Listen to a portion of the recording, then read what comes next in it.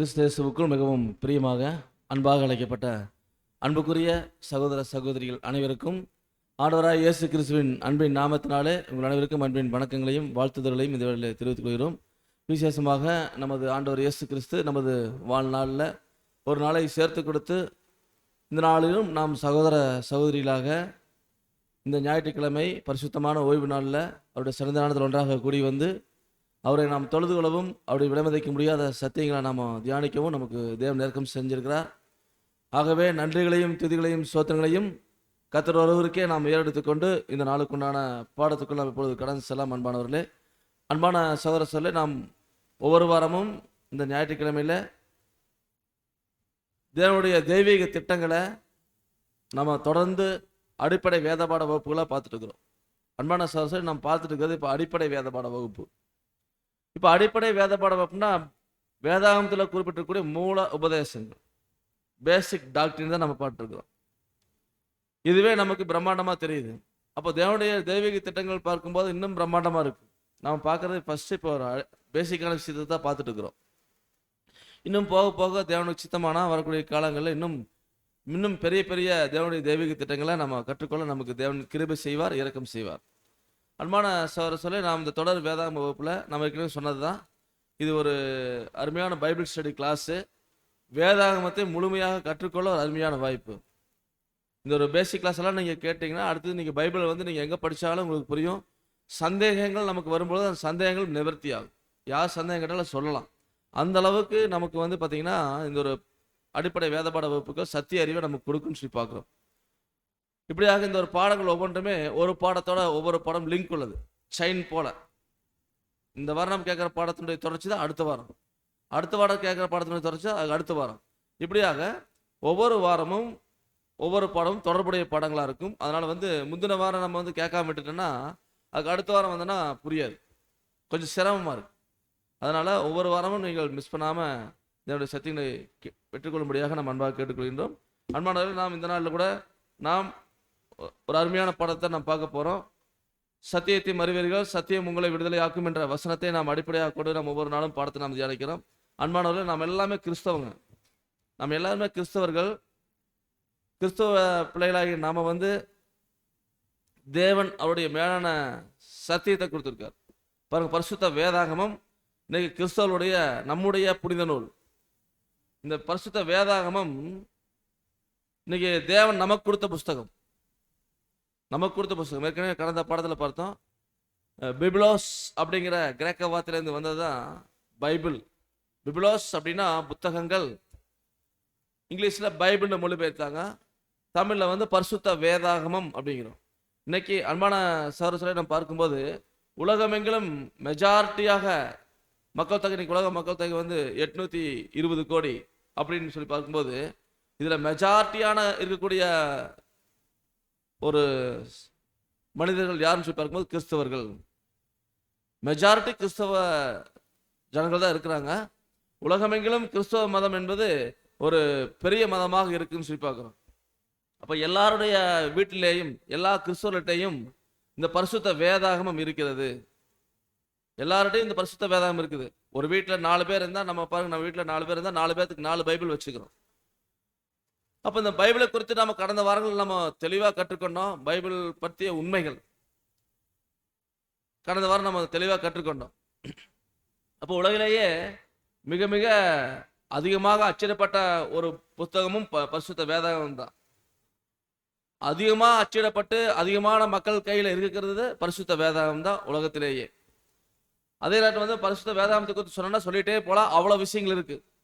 உலகத்திலேயே மிக பழமையான புத்தகம் அப்படின்னா அது நம்முடைய பரிசுத்த வேதாகமம் தான். எத்தனை ஆண்டுகள் பழமையானது அப்படின்னு சொல்லி ஒரு கேள்வி கேட்டோன்னா 4000 ஆண்டுகளுக்கு முன்பானது. பரிசுத்த வேதாகமம் 4000 ஆண்டுகளுக்கு முன்பானது. உலகத்திலேயே எந்த ஒரு புத்தகமுமே 4000 ஆண்டுகளுக்கு முன்பாக எழுதப்பட்டு இன்னைக்கு கையில் யார் கையில் இல்லை. அப்போ 4000 ஆண்டுகளுக்கு முன்பாக எழுதப்பட்டது நம்ம பரிசுத்த வேதாகமம். இப்படியாக வந்து இந்த பைபிள் என்பது பொதுவாக சொன்ன என்னன்னா, எல்லாரும் கிறிஸ்தவங்கிட்ட பைபிள் இருக்குது, எல்லாரும் பைபிள் வச்சிருக்கிறோம். ஆனால் அந்த பைபிளில் சொல்லப்பட்டக்கூடிய கருத்துக்கள், சத்தியங்கள் எல்லாமே பார்க்கும்போது அது வந்து நம்ம ஆண்டவருடைய மைண்டு, பரிசுத்த வேதாகமே பாருங்க 31,000 எத்தனை வருஷம் இருக்கு, எத்தனை வசனம் இருக்குதுங்க. கடந்த வார பாடத்தில் பார்த்துட்டோம் எத்தனை வசனம் இருக்கு. கடந்த வாரத்துக்கு முந்தின வாரம் 31,400 வசனங்கள் இருக்கு. அப்போ இவ்வளவு வசனங்கள் நம்ம பரிசுத்த வேதாந்தத்தில் தேவன் கொடுத்துருக்காருன்னா பாருங்க, அதுல வந்து ஒரு எழுத்தாகிலும் ஒரு எழுத்தின் உறுப்பாகிலும் அவமா போகாதுன்னு வசனம் சொல்லுது. அப்படிங்கும்போது ஒவ்வொரு வார்த்தைகளும் ஒவ்வொரு எழுத்துக்களும் ரொம்ப முக்கியம். இது எல்லாமே தேவனுடைய மைண்டு.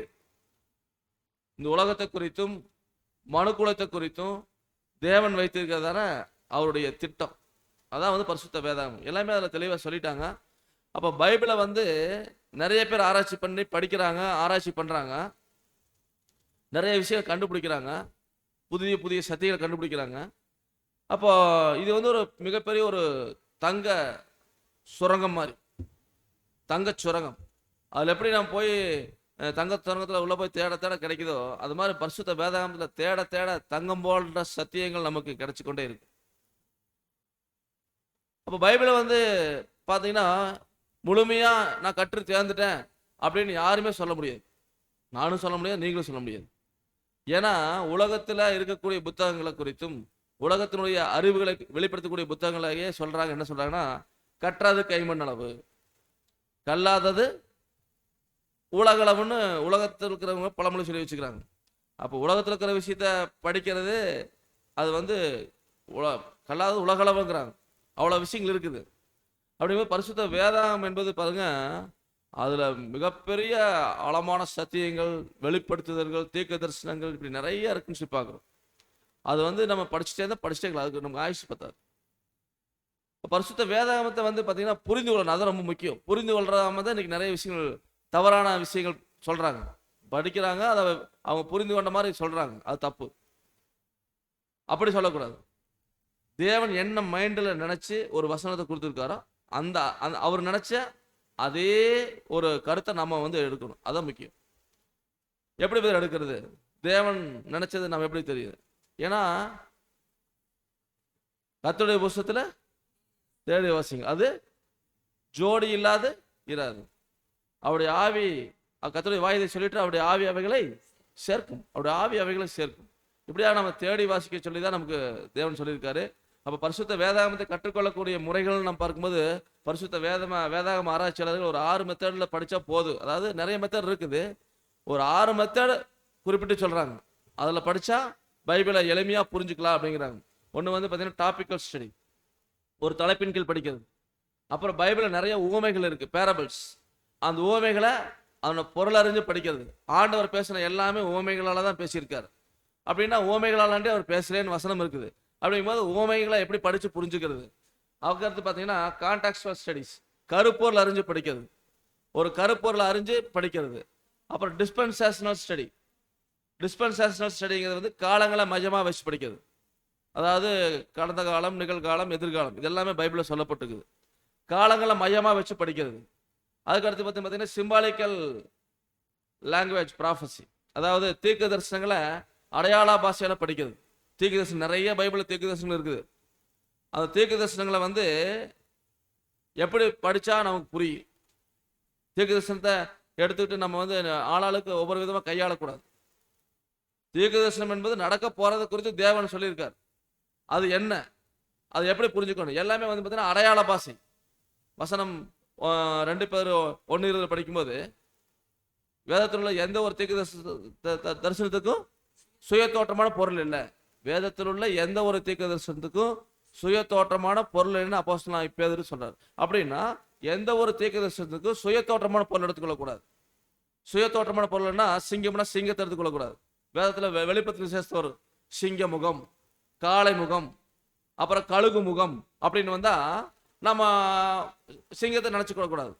அப்ப சிங்கம் அப்படின்னா வேற ஒரு ஏதோ அடையாளப்படுத்துறதுக்கு தேவன் அடையாள பாஷையில சொல்றாரு அப்படின்னு நம்ம புரிஞ்சுக்கணும்.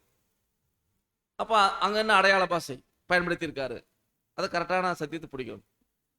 அப்போ தீர்க்க தரிசனத்தை வந்து அடையாள பாஷையில படிக்கிறது. அதுக்கடுத்து வந்து டைப் அண்ட் ஆன்டி டைப், நிழலும் பொருளும் மெத்தட், இப்படி வந்து 6 மெத்தட் இருக்கு. அதில் நம்ம இன்னைக்கு பார்க்குற மெத்தட் வந்து பார்க்கும்போது இன்னைக்கு பார்க்குற பாடம் வந்து டிஸ்பென்சேஷனல் ஸ்டடி. காலங்களை மையமா வச்சு படிக்கிறது அப்படின்னு சொல்லி பார்க்குறோம். பாருங்க, நம்ம காலங்கள் அப்படின்னாலே பாருங்க, நமக்கு இரவு பகல், அப்புறம் காலங்கள், குளிர்காலம், இளவேநீர் காலம், வேநீர் காலம் அப்படின்லாம் நிறைய காலங்கள் இருக்கு. ஏன்னா நம்ம வாழ்ற பூமி இன்னைக்கு தேவன் அருமையா படைச்சு இந்த பூமியில வந்து உயிரினங்களை உயிர் வாழ்றதுக்கு வச்சிருக்காரு. இந்த உலகத்துல அண்ட சராசரத்துல பாருங்க, எங்கேயுமே எந்த ஒரு கோள்லையும் உயிரினங்கள் உயிர் வாழ்றது இல்லை. தேவன் வந்து பூமியை மட்டும்தான் குடியிருப்புக்காக படைச்சிருக்காரு. அப்படிங்கும்போது இது பூமி என்பது உயிர்கோளா இருக்கு. இதுல உயிரினங்கள் உயிர் வாழ்றதுனால இது உயிர்கோள்னு சொல்றோம். ஏன்னா உயிரினங்கள் சுவாசிக்க தேவையான ஆக்சிஜன், தண்ணீர், இங்க இருக்கிற சீதோஷண நிலை எல்லாமே சரியா இருக்கு. இந்த தேவன் அப்படிதான் டிசைன் பண்ணியிருக்காரு. அப்போ இந்த உலகம் வந்து இன்னைக்கு பாருங்க, நம்ம இந்த காலத்துல வாழ்ந்துட்டு இருக்கிறோம்.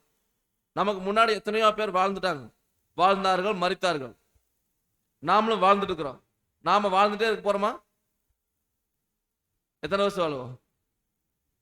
வசனம் சொல்லுது,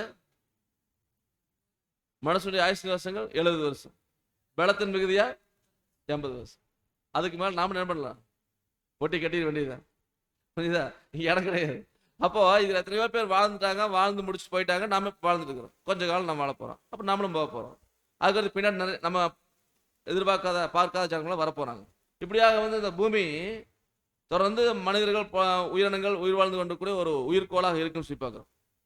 ஆனா இன்னைக்கு என்ன சூழ்நிலைன்னு சொல்லி பார்க்கும்போது, அதாவது ஆண்டவர் இயேசு கிறிஸ்து இந்த பூமியை படைச்சாரு, தேவன் படைச்சாரு அப்படின்லாம் நம்ம கிறிஸ்தவர்கள் சொல்லிட்டு இருக்கிறோம். அவர் மீண்டும் இந்த பூமியில, அதாவது முதல் வருகையில வந்து பிறந்தாரு, வாழ்ந்தாரு, மரிச்சாரு, போய் கலந்தாரு, பரலோகத்துக்கு போயிருக்காரு, மீண்டும் திரும்பி வருவார் அப்படின்னு நம்ம சொல்றோம். இதை குறித்து அப்போஸ்தலனாகிய பேதுரு வந்து என்ன சொல்றாரு பாருங்க. 2 பேதுரு 3ஆம் அதிகாரத்துல வசனம் 3 மற்றும் 4. முதலாவது நீங்கள் அறிய வேண்டியது என்னவெனில், கடைசி நாட்களில் பரியாஸ்காரர் வந்து தங்கள் சுய இச்சைகளின்படியே நடந்து அவர் வருவார் என்று சொல்லுகிற வாக்குத்தத்தம் எங்கே? பிதாக்கள் நித்திரையடைந்த பின்பு சகலமும் சிருஷ்டிப்பின் தோற்றம் முதல் இருந்த விதமாக இருக்கிறதே என்று சொல்லுவார்கள். பாருங்க, அதாவது இங்க என்ன சொல்றாங்கன்னா, அப்போஸ்தலனாகிய பேதுரு அவர் காலத்துல எழுதியிருக்காரு. கிட்டத்தட்ட ஒரு 1ஆம் நூற்றாண்டுல எழுதுனது. 1ஆம் நூற்றாண்டுல எழுதின ஒரு வசனம். அதாவது முதலாவது நீங்கள் அறிய வேண்டியது என்னன்னா, கடைசி நாட்களில், அவர் 1ஆம் நூற்றாண்டுல இருந்துட்டு கடைசி நாட்கள் பத்தி எழுதுறாரு. கடைசி நாட்கள்ல பரியாஸ்காரர் வந்து எப்படி நடப்பாங்கன்னா, தங்கள் சுய இச்சைப்படி நடப்பாங்களாமா. அவர் வருவார்னு சொல்கிற வாக்குத்தத்தம் எங்க? நம்ம யோசனை பண்ணி பாருங்க. நம்ம சின்ன பையனா இருக்கும்போதுல இருந்து ஆண்டவர் இயேசு கிறிஸ்து வருவார், 2ஆம் வகையில் வருவார் வருவார்னு சொல்லிட்டு இருக்கிறாங்க. 2000 வருவார்னாங்க. 2000 வந்துச்சு. அப்புறம் 2005 வருவார்னார், 2010 வருவார்னாங்க. ஏன்னா கடைசி காலம் ஆயிடுச்சு, ஆண்டவர் வந்துருவாருன்னு சொல்றாங்க. அப்போ இந்த கடைசி நாட்களை வந்து பரியாசக்காரர், அதாவது இது காலகாலமா ஆண்டவர் இயேசு கிறிஸ்து முதல் வருகையில வந்து உயிர்த்தெழுந்து பரலோகம் போனதுல இருந்தே மக்கள் எதிர்பார்த்துட்டு இருக்கிறாங்க, ஆண்டவர் 2ஆம் வருகையில வருவார்னு. அது வந்து 2000 வருஷமா எதிர்பார்த்துட்டு இருக்கிற எதிர்பார்ப்பு. அதனாலதான் பேதுரு சொல்றாரு, பரியாசக்காரர், கடைசி நாட்கள்ல பரியாசக்காரர் வந்து அவங்க சுய இச்சைப்படி நடப்பாங்க. நடந்துட்டு என்ன சொல்லுவாங்களாமா, அவர் வருவார்னு சொல்ற வாக்குத்தத்தம் எங்க? நீங்களே எல்லாம் காலகாலமா சொல்லிட்டு இருக்கிறீங்க, வந்துருவாருன்னு. எங்க அந்த கேட்பாங்க. பிதாக்கள், அதாவது நமக்கு முன்னாடி இருந்தவங்கெல்லாம் நித்திரை அடைஞ்சிட்டாங்க. அப்புறம் சகலமும் சிருஷ்டிப்பின் தோற்றம் முதலா இருந்த வண்ணமாவே இருக்குது. இந்த உலகம் அழிஞ்சு போன்னு சொல்றீங்க, அப்படியாக இப்படியான்னு சொல்றீங்க, எல்லாம் அப்படியே தான் இருக்குது அப்படின்னு சொல்லுவாங்க. இன்னைக்கு அப்படிதான் நிறைய பேர் சொல்றாங்க. அப்புறம் சொல்றாரு பேதுரு 2 பேர் 3ஆம் அதிகாரத்து வசனம் 5 மற்றும் 7. பூர்வ காலத்தில் தேவனுடைய வார்த்தையினாலே வானங்களும் ஜலத்தினின்று தோன்றி ஜலத்தினாலே நிலை கொண்டிருக்கிற பூமியும் உண்டாயினவென்பதையும், அப்பொழுது இருந்த உலகம் ஜல பிரளயத்தினாலே அழிந்ததென்பதையும் மனதார அறியாமல் இருக்கிறார்களா? இப்பொழுது இருக்கிற வானங்களும் பூமியும் அந்த வார்த்தையினாலேயே அக்கினிக்கு இரையாக வைக்கப்பட்டு தேவ பக்தி இல்லாதவர்கள் நியாயம் தீர்க்கப்பட்டு அழிந்து போகும் நாள் வரைக்கும் காக்கப்பட்டிருக்கிறது. அன்பான அப்போஸ்தலனாகிய பேதுரு பாருங்க, அதுல தொடர்ச்சியா சொல்றாரு, பூர்வ காலத்தில். இப்போ பூர்வ காலம்னு ஒரு காலத்துல தேவனுடைய வார்த்தையினால வானங்களும் ஜலத்தினின்று தோன்றி ஜலத்தினால நிலை கொண்டிருக்கிற பூமி உண்டாயின என்பதையும், அதாவது பூர்வ காலத்துல தேவன் எப்படி இந்த பூமியை படைச்சாரு, ஜலத்தினின்று தோன்றி ஜலத்தினால நிலை கொண்டிருக்கிற பூமி உண்டாயின என்பதையும், அப்பொழுது இருந்த உலகம்ங்கிறார். அப்ப இந்த இடத்துல பார்க்கும்போது அப்பொழுது இருந்த உலகம் அப்படின்னு ஒரு வார்த்தையை பேதுரு சொல்றார். அப்பொழுது இருந்த உலகம் ஜலப்பிள்ளத்தினால் அழிந்தது என்பதையும், மனதார அறியாம இருக்கிறாங்க. அப்பொழுது இருந்த உலகம்னா இந்த பூமியில இருந்த மக்கள் அழிஞ்சு போயிட்டாங்க, எல்லாம் செத்து போயிட்டாங்க. அப்ப அந்த உலகம் வந்து ஜலப்பிரளயம், தண்ணியினால அழிஞ்சு போச்சு அப்படிங்கிறத மனதார அறியாமல் இருக்கிறாங்க. யாரும் அந்த பரியாசக்காரங்க. அவர் வருவார்னு சொல்லிட்டு நிறைய காலமா சொல்லிட்டு இருக்கிறீங்களே, நீங்க சொல்றது ஒன்றும் நடக்கலையே அப்படின்னு கேட்கிற பரியாசக்காரருக்கு பேதுரு வந்து சொல்றாரு, பூர்வ காலத்துல வானங்களும் அப்புறம் ஜலத்திலிருந்து ஜலத்தினால நிலை கொண்டிருக்கிற பூமியும் உண்டாச்சு, அப்பொழுது இருந்த உலகம் ஜலப்பிரளயத்தினால அழிஞ்சு போச்சு அப்படின்னு சொல்றாரு. அப்புறம் மறுபடியும் சொல்றாரு, இப்பொழுது இருக்கிற உலகம்ங்கிறார். அவர் வாழ்ற அந்த காலத்தையும் சேர்த்து நம்ம வாழ்ற காலத்தையும் சேர்த்து இப்பொழுது இருக்கிற இந்த வானங்களும் பூமியும் அந்த வார்த்தையினால அக்கினிக்கிரையா வைக்கப்பட்டிருக்குது பாருங்க. அப்பொழுது இருந்த உலகம் வந்து தண்ணியினால் அழிஞ்சு போச்சு. இப்ப இருக்கிற உலகம் வந்து அக்கினிக்கிரையா வைக்கப்பட்டிருக்குது. அக்கினிக்கிரையாக அப்படின்னா ஒரு அக்கினினால அழிய போகுது இந்த பூமி. இப்போ அதுக்கு தான் பாருங்க, இன்னைக்கு அன்னைக்கு இருந்த காலத்துல வந்து இருந்த கருவிகள் எல்லாம், கண்டுபிடிப்புகள், போர்க்கருவிகள் எல்லாம் வேற. இன்னைக்கு இருக்கக்கூடிய போர்க்கருவிகள் எல்லாம் பார்த்தீங்கன்னா பயங்கரமான அணு ஆயுதங்கள். அணு ஆயுதத்தெல்லாம் எடுத்து போட்டால் என்ன ஆகும்? எல்லாம் பத்தி எரிய போகுது. அதனாலதான் சொல்றாரு, அந்த வார்த்தையினால அக்கினிக்கிரையா வைக்கப்பட்டிருக்குது. தேவபக்தி இல்லாதவர்கள் நியாயந்திருக்கப்பட்டு அழிந்து போகும் நாள் வரைக்கும் காக்கப்பட்டிருக்குது. அப்போ பேதுரு சொல்லும்போது இப்ப நம்ம காலங்களை மையமா வச்சு படிக்கிறது அப்படிங்கிற தலைப்புல படிக்கிறோம். அப்பொழுது இருந்த உலகம் அப்படிங்கிறாரு. அப்பொழுது இருந்த உலகத்துக்கு தான் நம்ம என்ன சொல்றோம்னா முதலாம் உலகம். இன்னைக்கு பாடத்தின் தலைப்பு முதலாம் உலகம். அப்ப முதலாம் உலகம் என்பது அப்பொழுது இருந்த உலகம். அது என்ன, தேவன் பூமியை படைச்சாரு. அப்ப அந்த பூமியில மனுஷனுக்கு தேவையான எல்லா விஷயத்தையும் படைச்சிட்டு 6வது நாள் தான் மனுஷனை படைச்சார், ஆதாம் ஏவாள். அப்புறம் ஆதாம் ஏவாளுக்கு அப்புறமா மக்கள் தொகை பெருகுது. அப்ப எது வரைக்கும்னா நோவா வரைக்கும். இப்ப முதலாம் உலகத்தினுடைய கால அளவு ஆதாம்ல இருந்து நோவா வரைக்கும். சரிங்களா? இதான் வந்து அப்பொழுது இருந்த உலகம். அது ஜலப்பயத்தினால் அழிஞ்சிருச்சு. அப்புறம் சொல்றாரு, இப்பொழுது இருக்கிற இந்த வானமும் பூமியும், இப்பொழுது இருக்கிற உலகம் சொல்றாரு. இது வந்து 2ஆம் உலகம். இப்ப நாம வாழ்ந்துட்டு இருக்கிறது 2ஆம் உலகம். இப்ப வந்து முதலாம் உலகம் இருந்துச்சு, அது தண்ணினால அழிஞ்சிருச்சு. இப்ப நாம வாழ்ந்துட்டு இருக்கிறது 2ஆம் உலகம். இது வந்து பாத்தீங்கன்னா எதுல இருந்துன்னா நோவாவில இருந்து இன்னைக்கு வரைக்கும். ஜலப்பிரளயத்துல தப்பிச்ச நோவா, அவங்க ஃபேமிலி, நோவாவிலிருந்து இன்னைக்கு வரைக்கும், இப்போ இந்த செகண்ட் வரைக்கும் இருக்கக்கூடிய உலகம் தான் 2ஆம் உலகம். இது வந்து 2ஆம் உலகம். நம்ம 2ஆம் உலகத்துல தான் வாழ்ந்துட்டு இருக்கிறோம். சரிங்களா?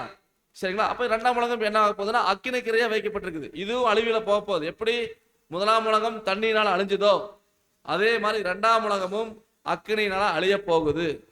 அதனாலதான் நம்ம கடைசி காலத்துல வாழ்ந்துருக்கிறோம், சீக்கிரம் பூமி அழிய போகுது அப்படின்னு நிறைய கிறிஸ்தவர்களாகி நாம தான் சொல்லிட்டு இருக்கிறோம். இன்னைக்கு உலகத்துல இருக்கிறவங்க கூட சொல்லிட்டான், இதுக்கு வந்து கடைசி காலம் ஆகி போச்சு. அது போல நம்ம பார்க்கும்போது இந்த உலகம் வந்து சீக்கிரமா ஒரு அழிவுக்குள்ள போக போகுதுன்னு பாக்குறோம். அடுத்தது 3வது ஒரு உலகம் வரப்போகுதுங்கிறார் பேதுரு. 2 பேதுரு 3ஆம் அதிகாரத்துல 13ஆம் வசனம். அவருடைய வாக்குத்தத்தத்தின்படியே நீதி வாசமாயிருக்கும் புதிய வானங்களும் புதிய பூமியும் உண்டாகும் என்று காத்திருக்கிறோம். பாருங்க, தேவனுடைய வாக்கு தத்தத்தின்படி நீதி வாசமாயிருக்கும் புதிய வானமும் புதிய பூமி உண்டாகும். அப்போ தேவன் வாக்குத்தத்தம் பண்ணுன அந்த ஒரு உலகம் 3வது உலகம், இந்த நாம வாழ்ற இந்த உலகம் அழிய போகுது. அதுக்கப்புறம் 3வது ஒரு உலகம் தேவன் வந்து கொடுக்க போறார். 3வது உலகம்னா இதே பூமி எப்படியே இருக்கும், இங்க கூட மக்கள் அழிஞ்சிருவாங்க, மீண்டும் புதிய ஒரு உலகம் வருகிறாரு. அதாவது நீதி வாசமா இருக்கக்கூடிய புதிய வானங்களும் புதிய பூமியும் உண்டாகும் என்று காத்திருக்கிறோம். அதான் வந்து பாத்தீங்கன்னா 3வது உலகம். அது வந்து 3வது உலகம், புதிய வானம் புதிய பூமி, நீதி வாசமாயிருக்கும் புதிய வானம் புதிய பூமி. இதான் வந்து 3வது உலகம் சொல்லி பார்க்கிறோம். இப்ப நல்லா புரிஞ்சுக்கலாம், பரிசுத்த வேதாகமம் 3 உலகங்கள் இருக்குதுன்னு சொல்லுது. அப்படின்னா முதல் உலகம் வந்து பாருங்க, ஆதாம்ல இருந்து நோவா வரைக்கும் இருந்த உலகம் தான் முதலாம் உலகம். இது வந்து அழிஞ்சிருச்சு, ஜலப்பிரளயத்தினால அழிஞ்சிருச்சு. இப்ப நாம வாழ்ந்துக்கிறது இது வந்து ஜலப்பிரளயத்தில் அழிஞ்சிருச்சு. இப்ப நாம வாழ்ந்துக்கிறது 2ஆம் உலகம். நோவாவில இருந்து இன்னைக்கு வரைக்கும் இருக்கக்கூடிய உலகம் 2ஆம் உலகம். இது வந்து 2ஆம் உலகம். இது அழிய போகுது, அக்கினினால் அழிய போகுது. சரி, அதுக்கு அடுத்து என்ன நடக்க போகுது? 3வது உலகம். இதுலதான் வந்து பாத்தீங்கன்னா இந்த 2 உலகத்திலேயும் அநீதி வாசமா இருக்குது. இந்த 2 உலகத்துல அநீதி வாசமா இருக்குது. இந்த உலகம் தான் வந்து 3வது உலகம் தான் நீதி வாசமா இருக்கக்கூடிய உலகம். இது வந்து ஆண்டவர் இயேசு கிறிஸ்து 2ஆம் வருகையில வந்து அவரு அரசாட்சி செய்யற அந்த 1000 வருட அரசாட்சி, கிறிஸ்துவின் அரசாட்சி இருக்கும். அப்ப கிறிஸ்துவனுடைய அரசாட்சி இருக்கும்போது இந்த பூமியில இந்த உலகத்துல அநீதி இருக்காது, நீதி மட்டும்தான் இருக்கும். அதனால சொன்னாரு, நீதிவாசமாயிருக்கும் புதிய வானமும் புதிய பூமியும் உண்டாகும் என்று காத்திருக்கிறோம் அப்படின்னு வந்து பேதுரு சொல்றார். அந்த பூமிக்கு அந்த ஒரு மூன்றாவது உலகத்துக்காக வெயிட் பண்றோம் அப்படின்னு பேதுரு சொல்றார். அப்போ அந்த மூன்றாவது உலகம் தான் நீதிவாசமா இருக்கு. ஏன்னா இந்த 2 உலகத்துல சாத்தான் இருக்கிறான். முதலாம் உலகத்திலும் சாத்தான் இருக்கிறான், 2ஆம் உலகத்திலும் சாத்தான் இருக்கிறான். அதனால இங்க வந்து நீதிக்கு வேலை இல்லை. அவன் அநீதி உள்ளவன்.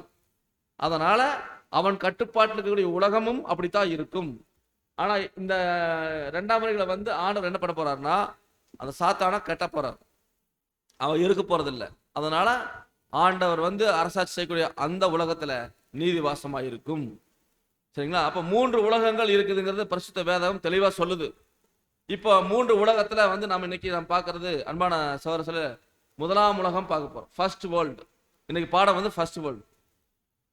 அந்த முதலாம் உலகம் என்பது ஜலப்பிரளயத்தால் அழிஞ்சு போச்சு. அப்போ அங்க என்னென்ன நடந்துச்சு அப்படிங்கிறத இன்னைக்கு பாடத்துல பார்க்க போறோம். முதலாம் உலகத்துல யார் யார் இருந்தாங்க, அந்த உலகம் எப்படி போச்சு, அந்த உலகம் வந்து ஏன் தேவன் அழிச்சார், ஜலப்பிரளயத்தினால் அழிச்சார்னு சொல்ல பாக்குறீங்களா, ஏன் தண்ணினால் அழிச்சார் அப்படின்னால நம்ம பார்க்க போறோம். சரிங்களா? பாருங்க, வசனம் வாசிக்கலாம். ஆதியாகமம் 1ஆம் அதிகாரம் வசனம் 1ஆம் வசனம். ஆதியிலே தேவன் வானத்தையும் பூமியையும் சிருஷ்டித்தார். பூமியானது ஒழுங்கின்மையும் வெறுமையுமாய் இருந்தது. ஆழத்தின் மேல் இருள் இருந்தது. தேவ ஆவியானவர் ஜலத்தின் மேல் அசைவாடி கொண்டிருந்தார். பாருங்க, ஆதியாகமம் 1ஆம் அதிகாரம் 1ஆம் வசனத்துல நாம் படிக்கிறோம். ஆதியில தேவன் வந்து வானத்தையும் பூமியும் சிருஷ்டித்தார். பாருங்க, இதை வந்து எளிமையா ஒரே வார்த்தையில சொல்லியார். ஆதியில தேவன் வானத்தையும் பூமியும் சிருஷ்டித்தார் அப்படின்னா நம்ம ஏதோ ஈஸியா முடிஞ்ச மாதிரி இருக்கு. ஆனா இது பெரிய ப்ராசஸ். பூமியானது ஒழுங்கின்மை வெறுமையுமா இருந்துச்சு அப்படிங்கிற வசனத்தை படிக்கிறோம். என்ன ஒழுங்கின்மை, என்ன வெறுமை அப்படின்னு நம்ம யோசிக்கலாம். அப்புறம் ஆழத்தின் மேல இருள் இருந்துச்சு. தேவ ஆவியானவர் ஜலத்தின் மேல அசைவாடி கொண்டிருந்தார். பாருங்க, நம்ம இந்த பூமியை குறித்து படிக்கும்போது மிகப்பெரிய ஒரு ஆச்சரியமான ஒரு படைப்பு தான் நம்ம பூமி. அதாவது இந்த பாடத்தை நம்ம விரிவா பார்க்கறதுக்கு இப்ப முடியாது. கிரியேஷன், தேவனுடைய படைப்புகளை குறித்து இன்னொரு நாள் நம்ம பார்க்கலாம். இதுக்கு மேலாட்டம் மட்டும் பார்க்குறோம். அதாவது நம்ம அறிவியல் சொல்லுது, நம்ம பூமி வந்து சூரிய குடும்பத்தில் ஒரு கோள். இந்த கோள் வந்து எங்க இருந்துச்சுன்னா முதல்ல சூரியனுக்குள்ள இருந்துச்சு. சூரியன் வந்து வாயு வளையம். சூரியன் வந்து வாயு வளையம். வாயு வளையம்னா அது வந்து பயங்கரமான நெருப்பு எரிஞ்சிட்டு இருக்கிறது. ஹைட்ரஜனும் ஹீலியமும் இடைவிடாமல் வினைபுரிகிறதுனால அங்க வந்து அளவற்ற வெப்பம் வெளிப்படுது. அது ஒரு வாயு கோளமா இருக்குது சூரியன். அதுல இருந்து பிரிந்து வந்த ஒரு வாயு வளையம் தான் நம்ம பூமி, மற்ற கோள்கள் அப்படின்னு ஆராய்ச்சியாளர் சொல்றாங்க. இந்த பூமி ஆரம்பத்துல இதுவும் ஒரு வெப்பமான கோளத்தான் இருந்துச்சு, வாயு கோளமா தான் இருந்துச்சு. காலப்போக்கில் வந்து இது வந்து தானாக ஒளி தர முடியாதனால அப்படியே அதுல கூடிய அதெல்லாம் குளிர்ந்து இறுகி பாறையா மாறி மண்ணா மாறி இன்னைக்கு நாம வாழ்ற பூமியா இருக்குது. இது வந்து பல ஆண்டு ப்ராசஸ். ஆதியிலே தேவன் வானத்தையும் பூமியும் சிருஷ்டித்தா அப்படின்னா ஏதோ 2 வார்த்தை படிச்சாச்சுன்னா சிம்பிளா முடிஞ்ச மாதிரி இல்லை. இது பல வருஷம், பல லட்சக்கணக்கான வருஷம் ப்ராசஸ் நம்ம பார்க்க போனோம். இது தேவன் வந்து அப்படியாக வந்து செஞ்சுட்டு இருக்காரு. பாத்தீங்களா? இதுல வந்து பாருங்க, நம்ம வாழ்ற பூமி இது என்னங்க, இது மில்கி வே. நம்ம வாழ்ற சூரிய குடும்பம் வந்து இது ஒரு மில்கி வேங்கிற இந்த பால்வெளி அண்டத்துல தான் இருக்குது. மில்கி வே அப்படின்னு சொல்லுவாங்க. நம்ம பூமி வந்து இந்த சூரியனே இதுக்குள்ளதான் இருக்குது. ஏதோ ஒரு இடத்துல ஒரு சின்ன புள்ளியா அந்த சூரியன் இருக்குது.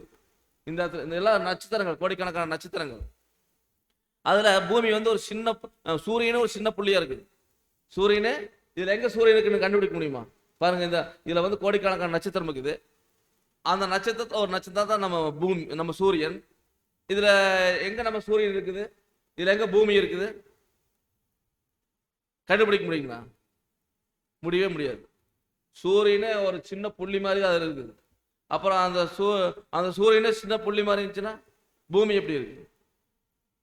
பூமி அந்த சூரியனை விட பல மடங்கு சிறுசு. எவ்வளவு பல மடங்கு சிறுசு தெரியுங்களா? நம்ம பூமி வந்து சூரியனை விட பல மடங்கு சிறுசு. சுமார் எத்தனை மடங்கு சிறுசா இருக்குன்னு நீங்க நினைக்கிறீங்க?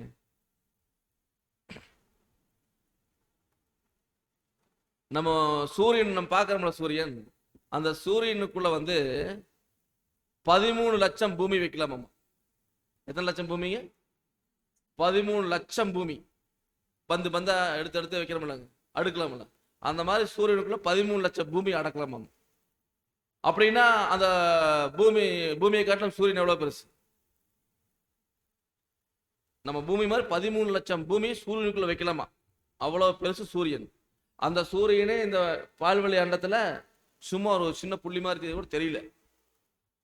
அப்படின்னா பூமி சூரியனே ஒரு புள்ளி மாதிரி தெரியலன்னா பூமி ஒண்ணுமே இல்லை. அப்புறம் பூமியில நம்ம யோசனை பண்ணி பாருங்க, நம்ம இந்தியா எங்க இருக்குது? இந்தியாவில் தமிழ்நாடு எங்க இருக்குது? தமிழ்நாட்டில் திருப்பூர் எங்க இருக்குது? திருப்பூர்ல நாம் எங்க இருக்கிறோம்? இந்த இதுல நாம என்ன சொல்றோம்? நான் யார் தெரியுமாங்கிறோம். நாம என்ன சொல்றோம்? நான் யார் தெரியுமா? என்னோட பவர் என்னன்னு தெரியுமா? சொல்லவே இல்லை.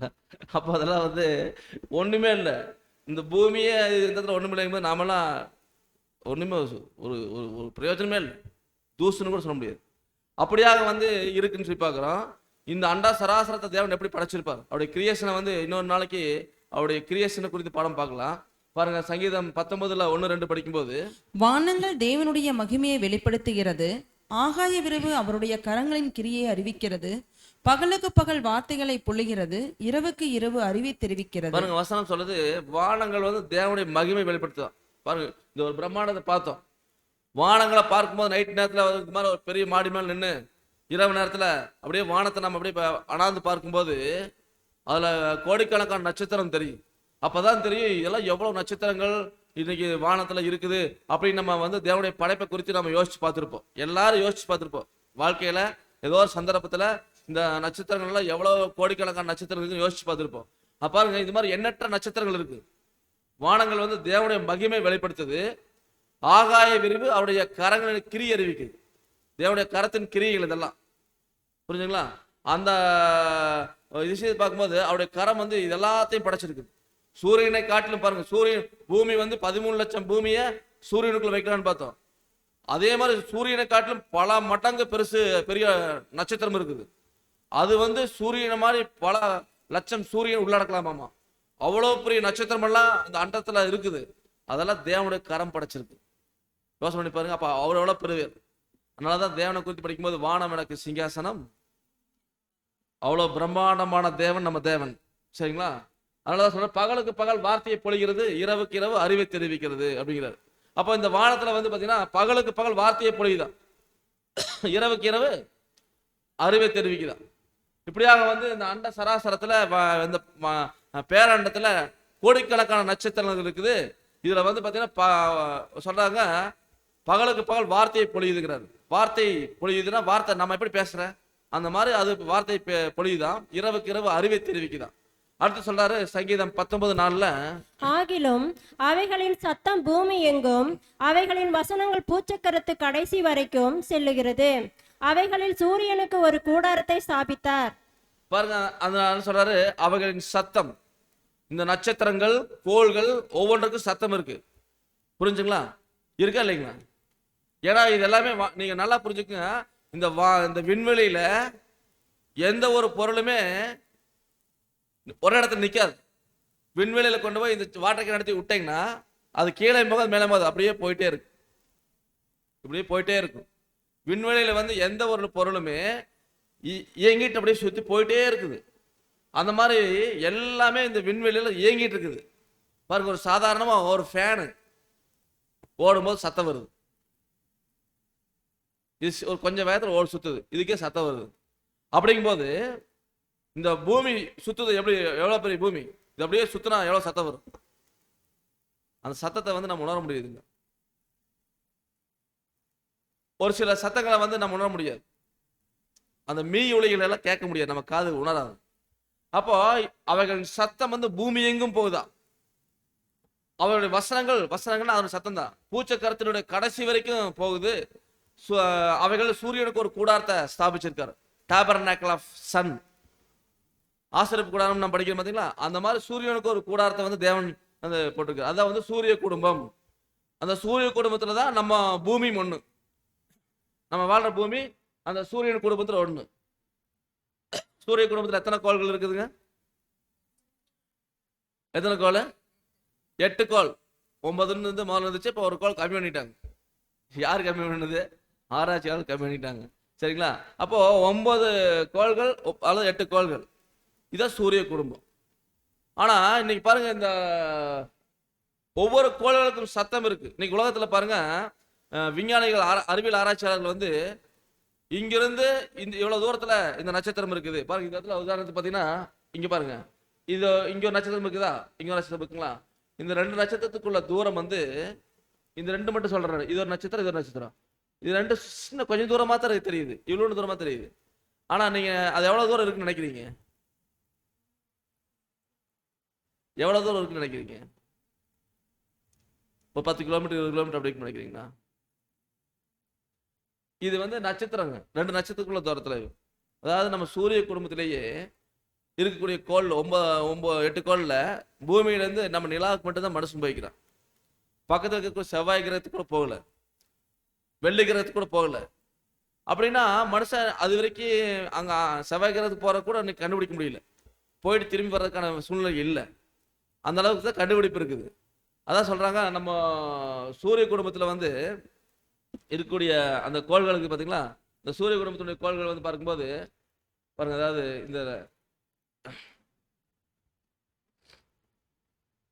இந்த இதுல வந்து பாத்தீங்கன்னா, பூமியிலிருந்து இந்த வெள்ளி கிரகத்துக்கு போறதுக்கு குறைஞ்சபட்சம் 8 வருஷம் ஆகுமாமா. குறைஞ்சபட்சம் மணிக்கு 35,000 கிலோமீட்டர் வேகத்துல போற ஒரு ஏரோப்ளைன்ல ஏறி உட்காந்தா எத்தனை வருஷம் ஆகுங்க? 8 வருஷம் ஆகுமா. அப்புறம் இங்கிருந்து அடுத்தது நம்ம பூமியிலிருந்து செவ்வாய், அதுக்கு போறதுக்கும் ஒரு 10 வருஷம் ஆகும். அப்புறம் வியாழன் போறதுக்கு ஒரு 25 வருஷம் ஆகும். அப்படியே சொல்றாங்க கணக்கு. இந்த சனிக்கு போறதுக்கு ஒரு 75 வருஷம் ஆகுங்கிறாங்க. எத்தனை வருஷம் வாங்குறாங்க? 75 வருஷம். இதுலயே இருக்கக்கூடிய இந்த ப்ளூட்டோக்கு போறதுக்கு ஒரு கம்மி தாங்க. ஒரு எத்தனை சொல்றாங்கன்னா, ஒரு 368 வருஷம் ஆகுங்கிறாங்க. எத்தனை வருஷம் ஆகுங்கிறாங்க? அப்படி ஒரு ராக்கெட் இருந்து நம்ம ஏறி உட்காந்து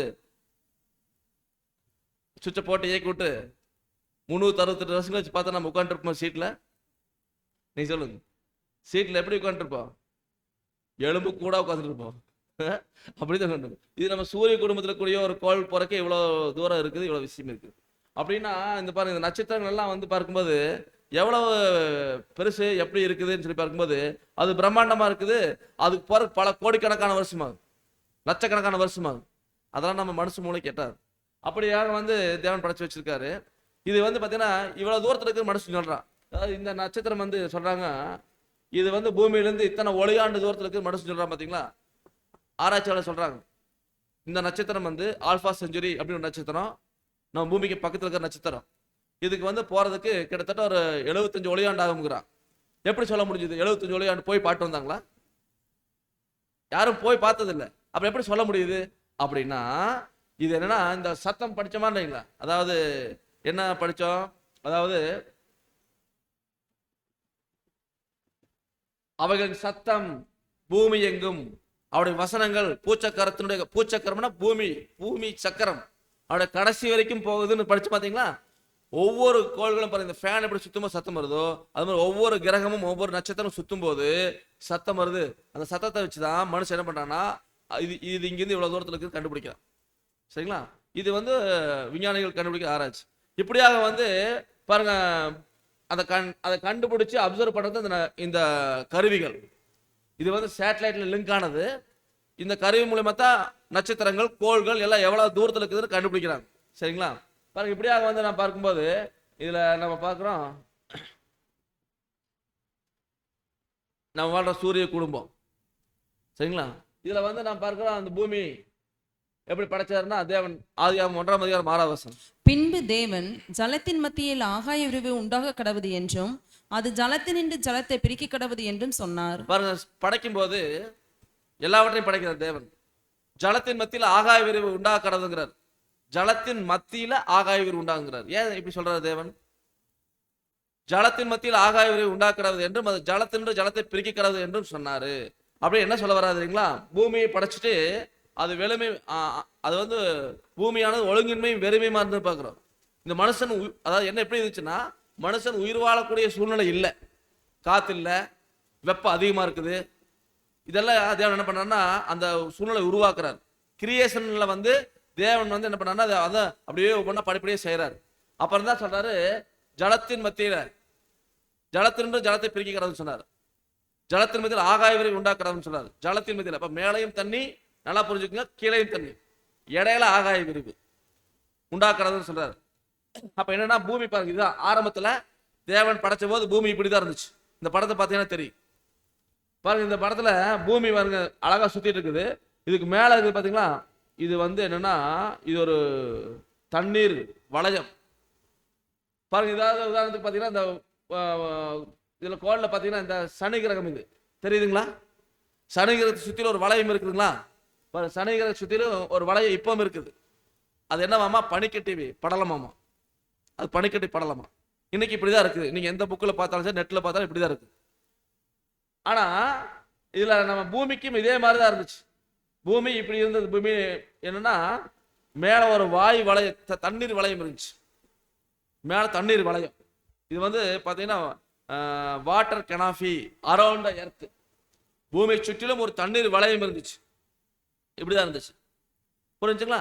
அப்ப ஏன்னா மேல தண்ணி இருந்துச்சு, அப்புறம் ஆகாய விரிவு, அப்புறம் கீழே பூமி, பூமியில கடல் இருந்துச்சு.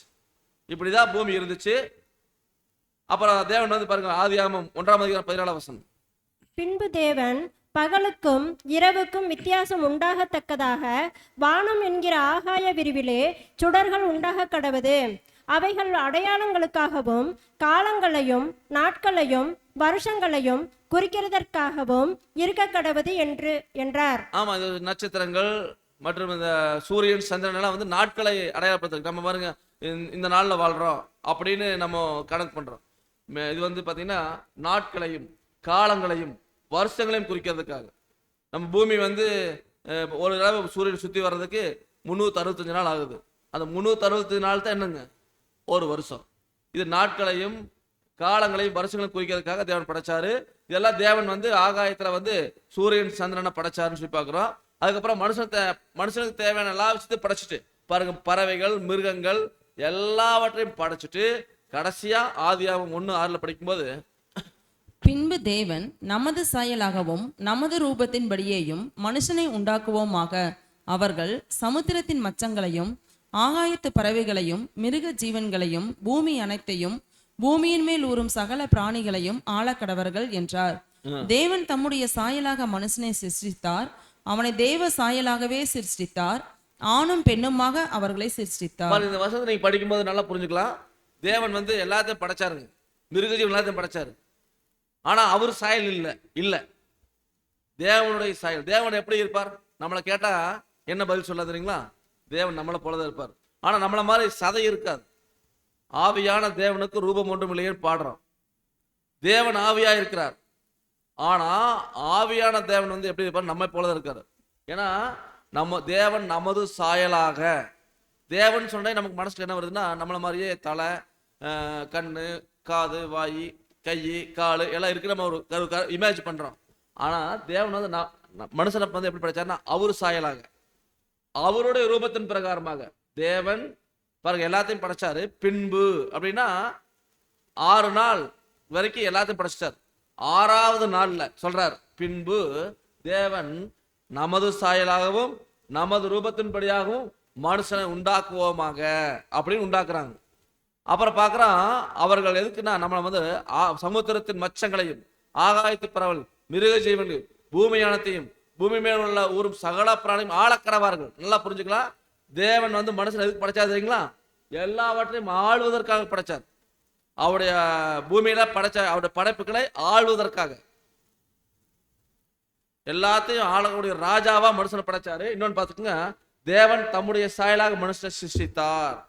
அவரு சாயலாக மனுஷனை சிருஷ்டித்தார். அது முக்கியமான பாயிண்ட் நீங்க பார்க்கணும்.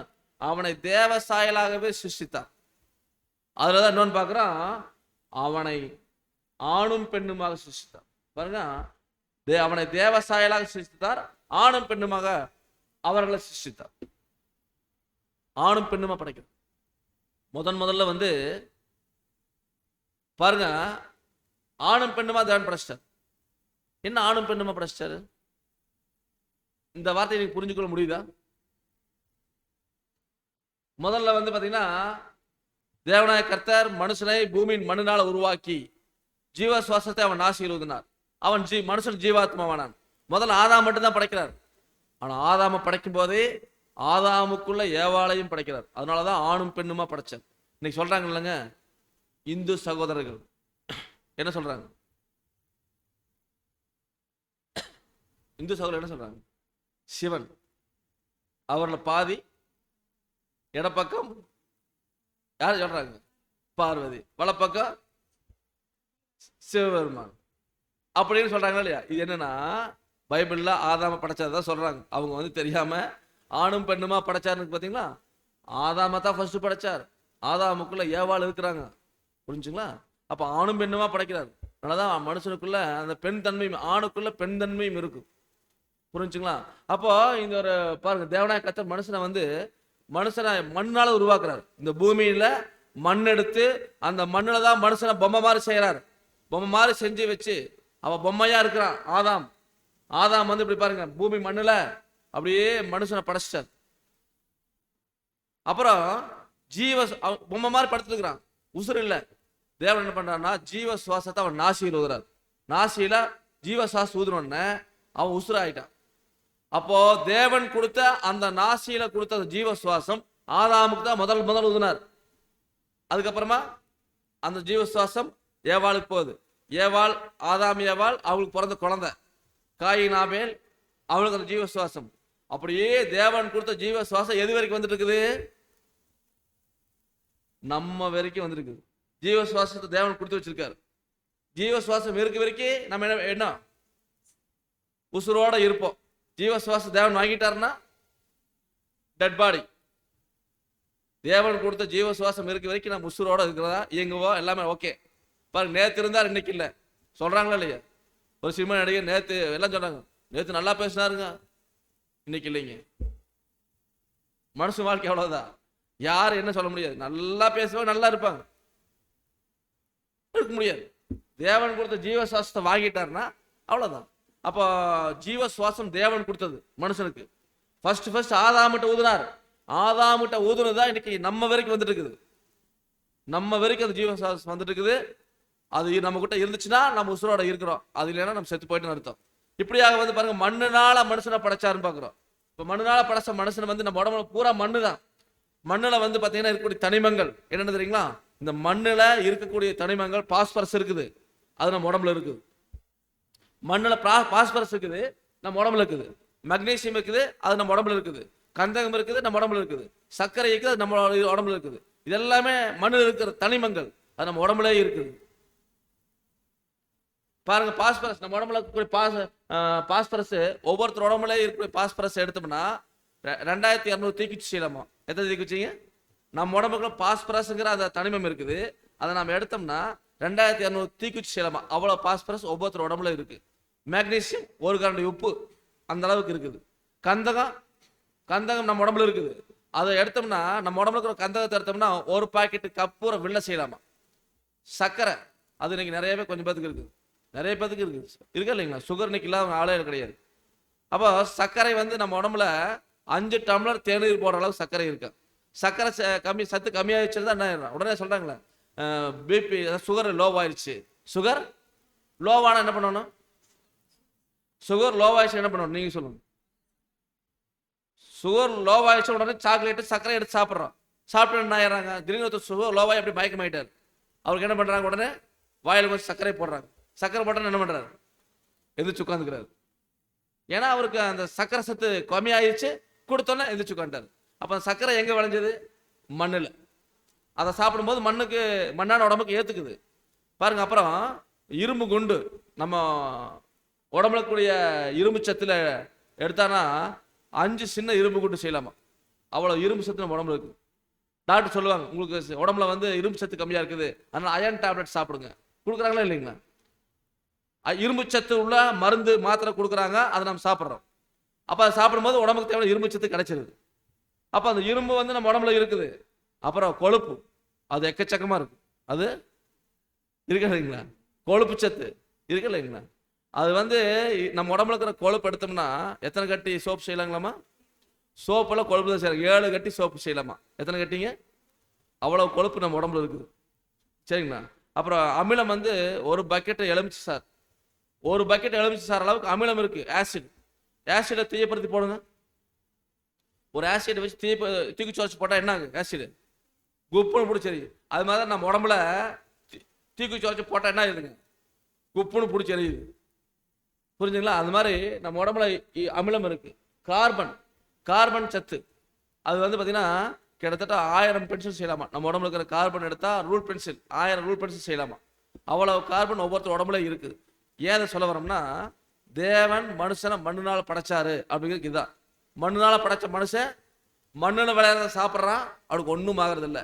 அவனுக்கு சத்து கம்மியாகும் போது டாக்டர் சொல்றாங்க, நீ கீரை சாப்பிடு, நீ இது மாதிரி கேரட் சாப்பிடு, இந்த மாதிரி மண்ணில் விளையாடுற பொருளை சொல்றாங்க. அதை சாப்பிட்டா உனக்கு இந்த சத்து வந்துடும். கால்சியம் குறைவா, நீ இந்த மாதிரி உணவெல்லாம் சாப்பிடு. இரும்பு சத்து குறைவா, இந்த மாதிரி உணவெல்லாம் சாப்பிடு. இதெல்லாம் எங்க விளையுது? மண்ணில் விளையுது. இப்போ மண்ணில் விளையிறத மனுஷன் சாப்பிடும்போது மண்ணான மனுஷனுக்கு அது ஏத்துக்குது. புரிஞ்சுங்களா? அதனாலதான் பார்க்கும்போது மண்ணு நம்ம எல்லாமே செத்து போனா நம்ம பூமியில் ஓட்டு போச்சதுக்கு அப்புறமா அங்க என்ன இருக்கு போகுது? மண்ணான உடம்பு என்ன ஆயிருதுங்க? மண்ணோட மண்ணா கரைஞ்சு போயிருது. அவ்வளவுதான். இப்படியாக வந்து மனுஷனை வந்து தேவன் மண்ணால் படைச்சிருக்காரு. சரி, ஏன் படைக்கணும் மனுஷனை? அவர் சாயலாக அவர் ரூபத்துல எதுக்கு மனுஷனை படைக்கணும்? உங்களை என்ன எதுக்கு படைக்கணும்? எதுக்கு இவ்வளவு படைச்சிட்டு அவருக்கு தேவையில்லாத பிபி ஏறி டென்ஷன் ஆகி நாம அவர் சொன்ன வச்சு கேட்க மாட்டேங்கிறோம். அவருக்கு கீழ்ப்படிய மாட்டேங்கிறோம்.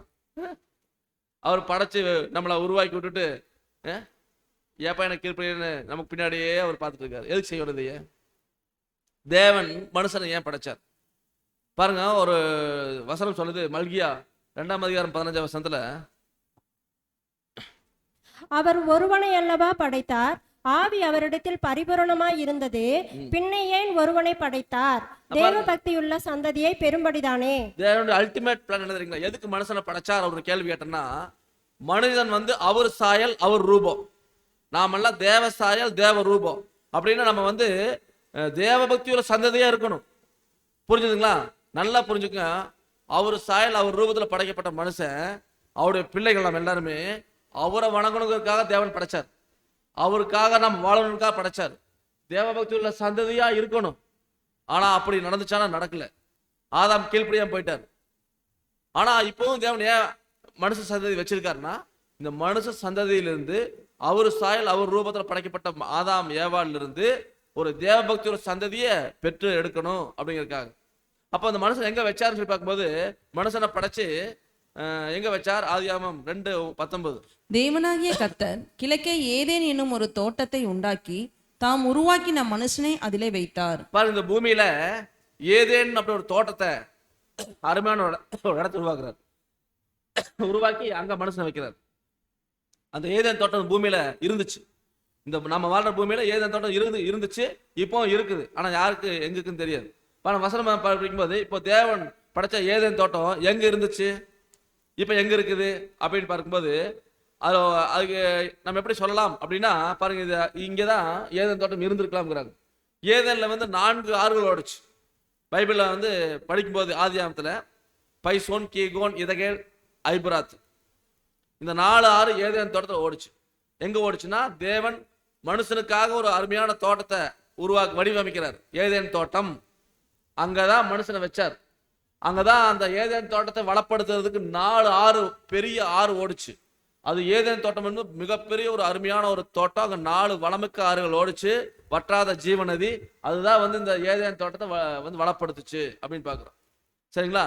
அப்போ அந்த ஏதேன் தோட்டம் வந்து இங்கதான் இருந்திருக்கலாம் அப்படின்னு எப்படி சொல்லி பார்க்கும்போது பாருங்க, ஐபிராத் நதி, இந்த மற்ற 3 நதிகளும் இன்னைக்கு இல்லாம போனாலும் ஐபிராத் நதி அங்க இருக்குன்னு சொல்லி பாக்குறோம். அதாவது இந்த ஒரு ஏதேன் தோட்டமானது பாருங்க, தேவன் அருமையா அந்த பூமியில் படைச்சு வச்சாரு. அது இன்னைக்கு ஈராக் தேசம், அந்த பகுதியில தான் இந்த ஏதேன் தோட்டம், ஈராக் தேசம் மற்றும் அந்த சவுதி அரேபியா கண்ட்ரிஸ் பூரா அந்த ஏதேன் தோட்டம் இருந்த பகுதி தான். சரிங்களா? அப்ப மனுஷனை வந்து அந்த ஏதேன் தோட்டத்தில் படைச்சு வச்சுட்டு என்ன பண்றாருன்னா, பாருங்க, ஆதியாகமம் 2ஆம் அதிகாரம் வசனம் 16-17. தேவனாகிய கர்த்தர் மனுஷனை நோக்கி, நீ தோட்டத்தில் உள்ள சகல விருட்சத்தின் கனியையும் புசிக்கவே புசிக்கலாம், ஆனாலும் நன்மை தீமை அறியத்தக்க விருட்சத்தின் கனியை புசிக்க வேண்டாம், அதை நீ புசிக்கும் நாளில் சாகவே சாவாய் என்று கட்டளையிட்டார். பாருங்க, தேவன் வந்து ஏதேன் தோட்டத்துல மனுஷனுக்கு தேவை எல்லா பழமரத்தை விஷயம் நல்லா புரிஞ்சுக்கும். மனுஷனை படைச்சு வைக்கும்போது அவனுக்கு சாவு இல்லை, சாவுங்கிற விஷயம் அவனுக்கு கொடுக்கல, நித்திய ஜீவனை கொடுத்திருந்தார். இப்பதான் தேவன் ஒரு கட்டளை சொல்றாரு, இந்த தோட்டத்தில் இருக்கிற எல்லா பழத்தையும் நீ சாப்பிடலாம், எல்லா கனிகளையும் நீ சாப்பிடலாம். ஆனாலும் சொல்றாரு பார்த்தீங்களா, இந்த இடத்துல ஒரு செக் வைக்கிறார். ஆனாலும் நன்மை தீமை அறியத்தக்க விருட்சத்தின் கனி, பாருங்க எல்லா மரத்தையும் காமிக்கிறார். பாருப்பா, இந்த பழமெல்லாம் நீ சாப்பிடு, ஒன்றும் பிரச்சனை இல்லை, நீயும் உன் மனைவி ஏவாள் 2 பேரும் இந்த பழத்தெல்லாம் பறித்து சாப்பிடுங்க. ஆனா இந்த மரத்தினுடைய பழத்தை மட்டும் சாப்பிடக்கூடாது. ஆனாலும் நன்மை தீமை அறியத்தக்க விருட்சம், இந்த மரம் வந்து நன்மை தீமை அறியத்தக்க விருட்சம், இந்த மரத்தினுடைய கனியை நீ சாப்பிட வேண்டாம் சொல்ற பாருங்க. அதை புசிக்க வேண்டாம், அதை நீ புசிக்கும் நாள்ல பாருங்க சாவே எல்லாம் படைச்சு மனுஷங்கிட்ட முதல்ல ஒரு விஷயம் சொல்றாரு, இந்த பழத்தை பறிச்சு சாப்பிட்டேன்னா நீ சாகவே சாவாய். அதனால சாகவே சாவாய், சாவான்னு சொல்லியிருக்கலாம்ல, அதனால சாகவே சாவாய். தேவன் ஒரு வார்த்தை சொல்றாருன்னா சும்மா சொல்ல மாட்டார், அவர் தெரியாம சொல்லிட்டாருங்க அப்படின்னாலும் நம்ம சொல்ல முடியாது. சாகவே சாவாய் அப்படின்னு என்ன அர்த்தம்? செத்துக்கொண்டே சாவாய். என்ன செத்துக்கொண்டே சாவாய்? செத்துக்கொண்டே சாவாய் என்ன அர்த்தம்? சாகவே சாவாய் என்ன அர்த்தம்? பாருங்க, நம்ம ஒரு குழந்தை பிறகுது, அந்த குழந்தை பிறந்த போது நம்ம என்ன நினைக்கலாம், இந்த குழந்தை இன்னும் எத்தனை வருஷம் உயிர் வாழும்? அப்போ இன்னொரு கேள்வி கேட்ட, எத்தனை வருஷம் உயிர் வாழும் சொல்லுங்க. நல்லா இருந்துச்சுன்னா ஒரு 80 வருஷம் உயிர் வாழும், 90 வருஷம் உயிர் வாழும் சொல்லலாம், 80 வருஷம் வச்சுக்கோங்க. அப்புறம் அந்த குழந்தை 10 வயசு ஆகுது, 15 வயசு ஆகுது, 20 வயசு ஆகுது, 30 வயசு ஆகுது, 40 வயசு ஆகுது, 50 வயசு ஆகுது. 40 வயசு ஆனோடனே வயசாகி போச்சு அப்படின்னு அந்த குழந்தை சொல்லும். குழந்தை பெருசாயிரு, வாலிபன் ஆயிரு. அப்புறம் வயசாகி போச்சு, என்னால் முடியல. அப்புறம் 50 வயசு ஆகும்போது ரொம்ப முடியல, 60 வயசு ஆகும்போது ரொம்ப முடியல, 70 வயசு ஆகும்போது நடக்கவே முடியல, 80 வயசு ஆகும்போது அப்படியே பெற்றுது. அதான் செத்துக்கொண்டே சாகிறது. நம்ம மனுஷ உடம்புல செல்கள் எல்லாமே அப்படியே செத்துட்டே இருக்குது, தினம் தினம் செத்துட்டு இருக்குது, புது செல்கள் உருவாகுது. அப்போ இதுதான் செத்துக்கொண்டே சாகிறது. ஒரு பிறந்த மனுஷன் கடைசியில் நடக்க முடியாமல் நடமாட முடியாமல் எல்லா உறுப்புகளும் பழுதாகி செத்து போகிறோம். இதுதான் மனுஷனுக்குள்ள நிலைமை. அதாவது சாகவே சாவாய் அப்படின்னு சொல்லிட்டார். அதே மாதிரி சொல்லிட்டார். ஆதாம் கேட்டார், சரி தேவனே இந்த பழத்தை மட்டும் நான் சாப்பிடல அப்படின்னு தேவன்கிட்ட சொல்லிட்டார். அப்புறம் ஏதேன் தோட்டத்தில் ஆதாம் ஏவாளும் நல்லா சந்தோஷமா வாழ்ந்துட்டு இருக்கிறாங்க. கணவன் மனைவி நல்லா ஏதேன் தோட்டத்தில் சூப்பரா எல்லா மிருகத்தையும் ஆண்டு கொண்டு ஹாப்பியா ஆண்டவர் இயேசு கிறிஸ்து பரலோகத்திலிருந்து பூமிக்கு வருவாரு, ஆதாம் ஏவாளோட பேசுவாரு, அவங்களோட சேர்ந்த தோட்டத்தில் உழவுவாரு, 3 பேரும் பேசிட்டு இருப்பாங்க. அப்புறம் ஆண்டவர் நான் போயிட்டு வரேன்னு போவாரு, இப்போ பரலோகத்துக்கு போவார், மீண்டும் வருவார். இப்படி நல்லா அருமையாக போயிட்டு இருந்துச்சு, ரொம்ப சூப்பராக போயிட்டு இருந்துச்சு அவங்க வாழ்க்கை. அப்போ ஒரு நாள் என்ன ஆகுன்னு பார்க்கும்போது ஆதியாகமம் 3ஆம் அதிகாரத்துல வசனம் 1 - 3 முடிய, தேவனாகிய கர்த்தர் உண்டாக்கின சகல காட்டு ஜீவன்களை பார்க்கிலும் சர்ப்பமானது தந்திரம் உள்ளதாய் இருந்தது. அது ஸ்திரீயை நோக்கி, நீங்கள் தோட்டத்தில் உள்ள சகல விருட்சங்களின் கனியும் புசிக்க வேண்டாம் என்று தேவன் சொன்னது உண்டோ என்றது. ஸ்திரீ சர்ப்பத்தை பார்த்து, நாங்கள் தோட்டத்தில் உள்ள விருட்சங்களின் கனியை புசிக்கலாம், ஆனாலும் தோட்டத்தின் நடுவில் இருக்கிற விருட்சத்தின் கனியை குறித்து தேவன் நீங்கள் சாகாதபடிக்கு அதை புசிக்கவும் அதை தொடவும் வேண்டாம் என்று சொன்னான் என்றார். ஒரு நாள் வந்து நல்லா புரிஞ்சுக்குங்க, ஆதாம் ஏவாள் கணவன் மனைவி அங்க ஏதேன் தோட்டத்தில் இருக்கிறாங்க.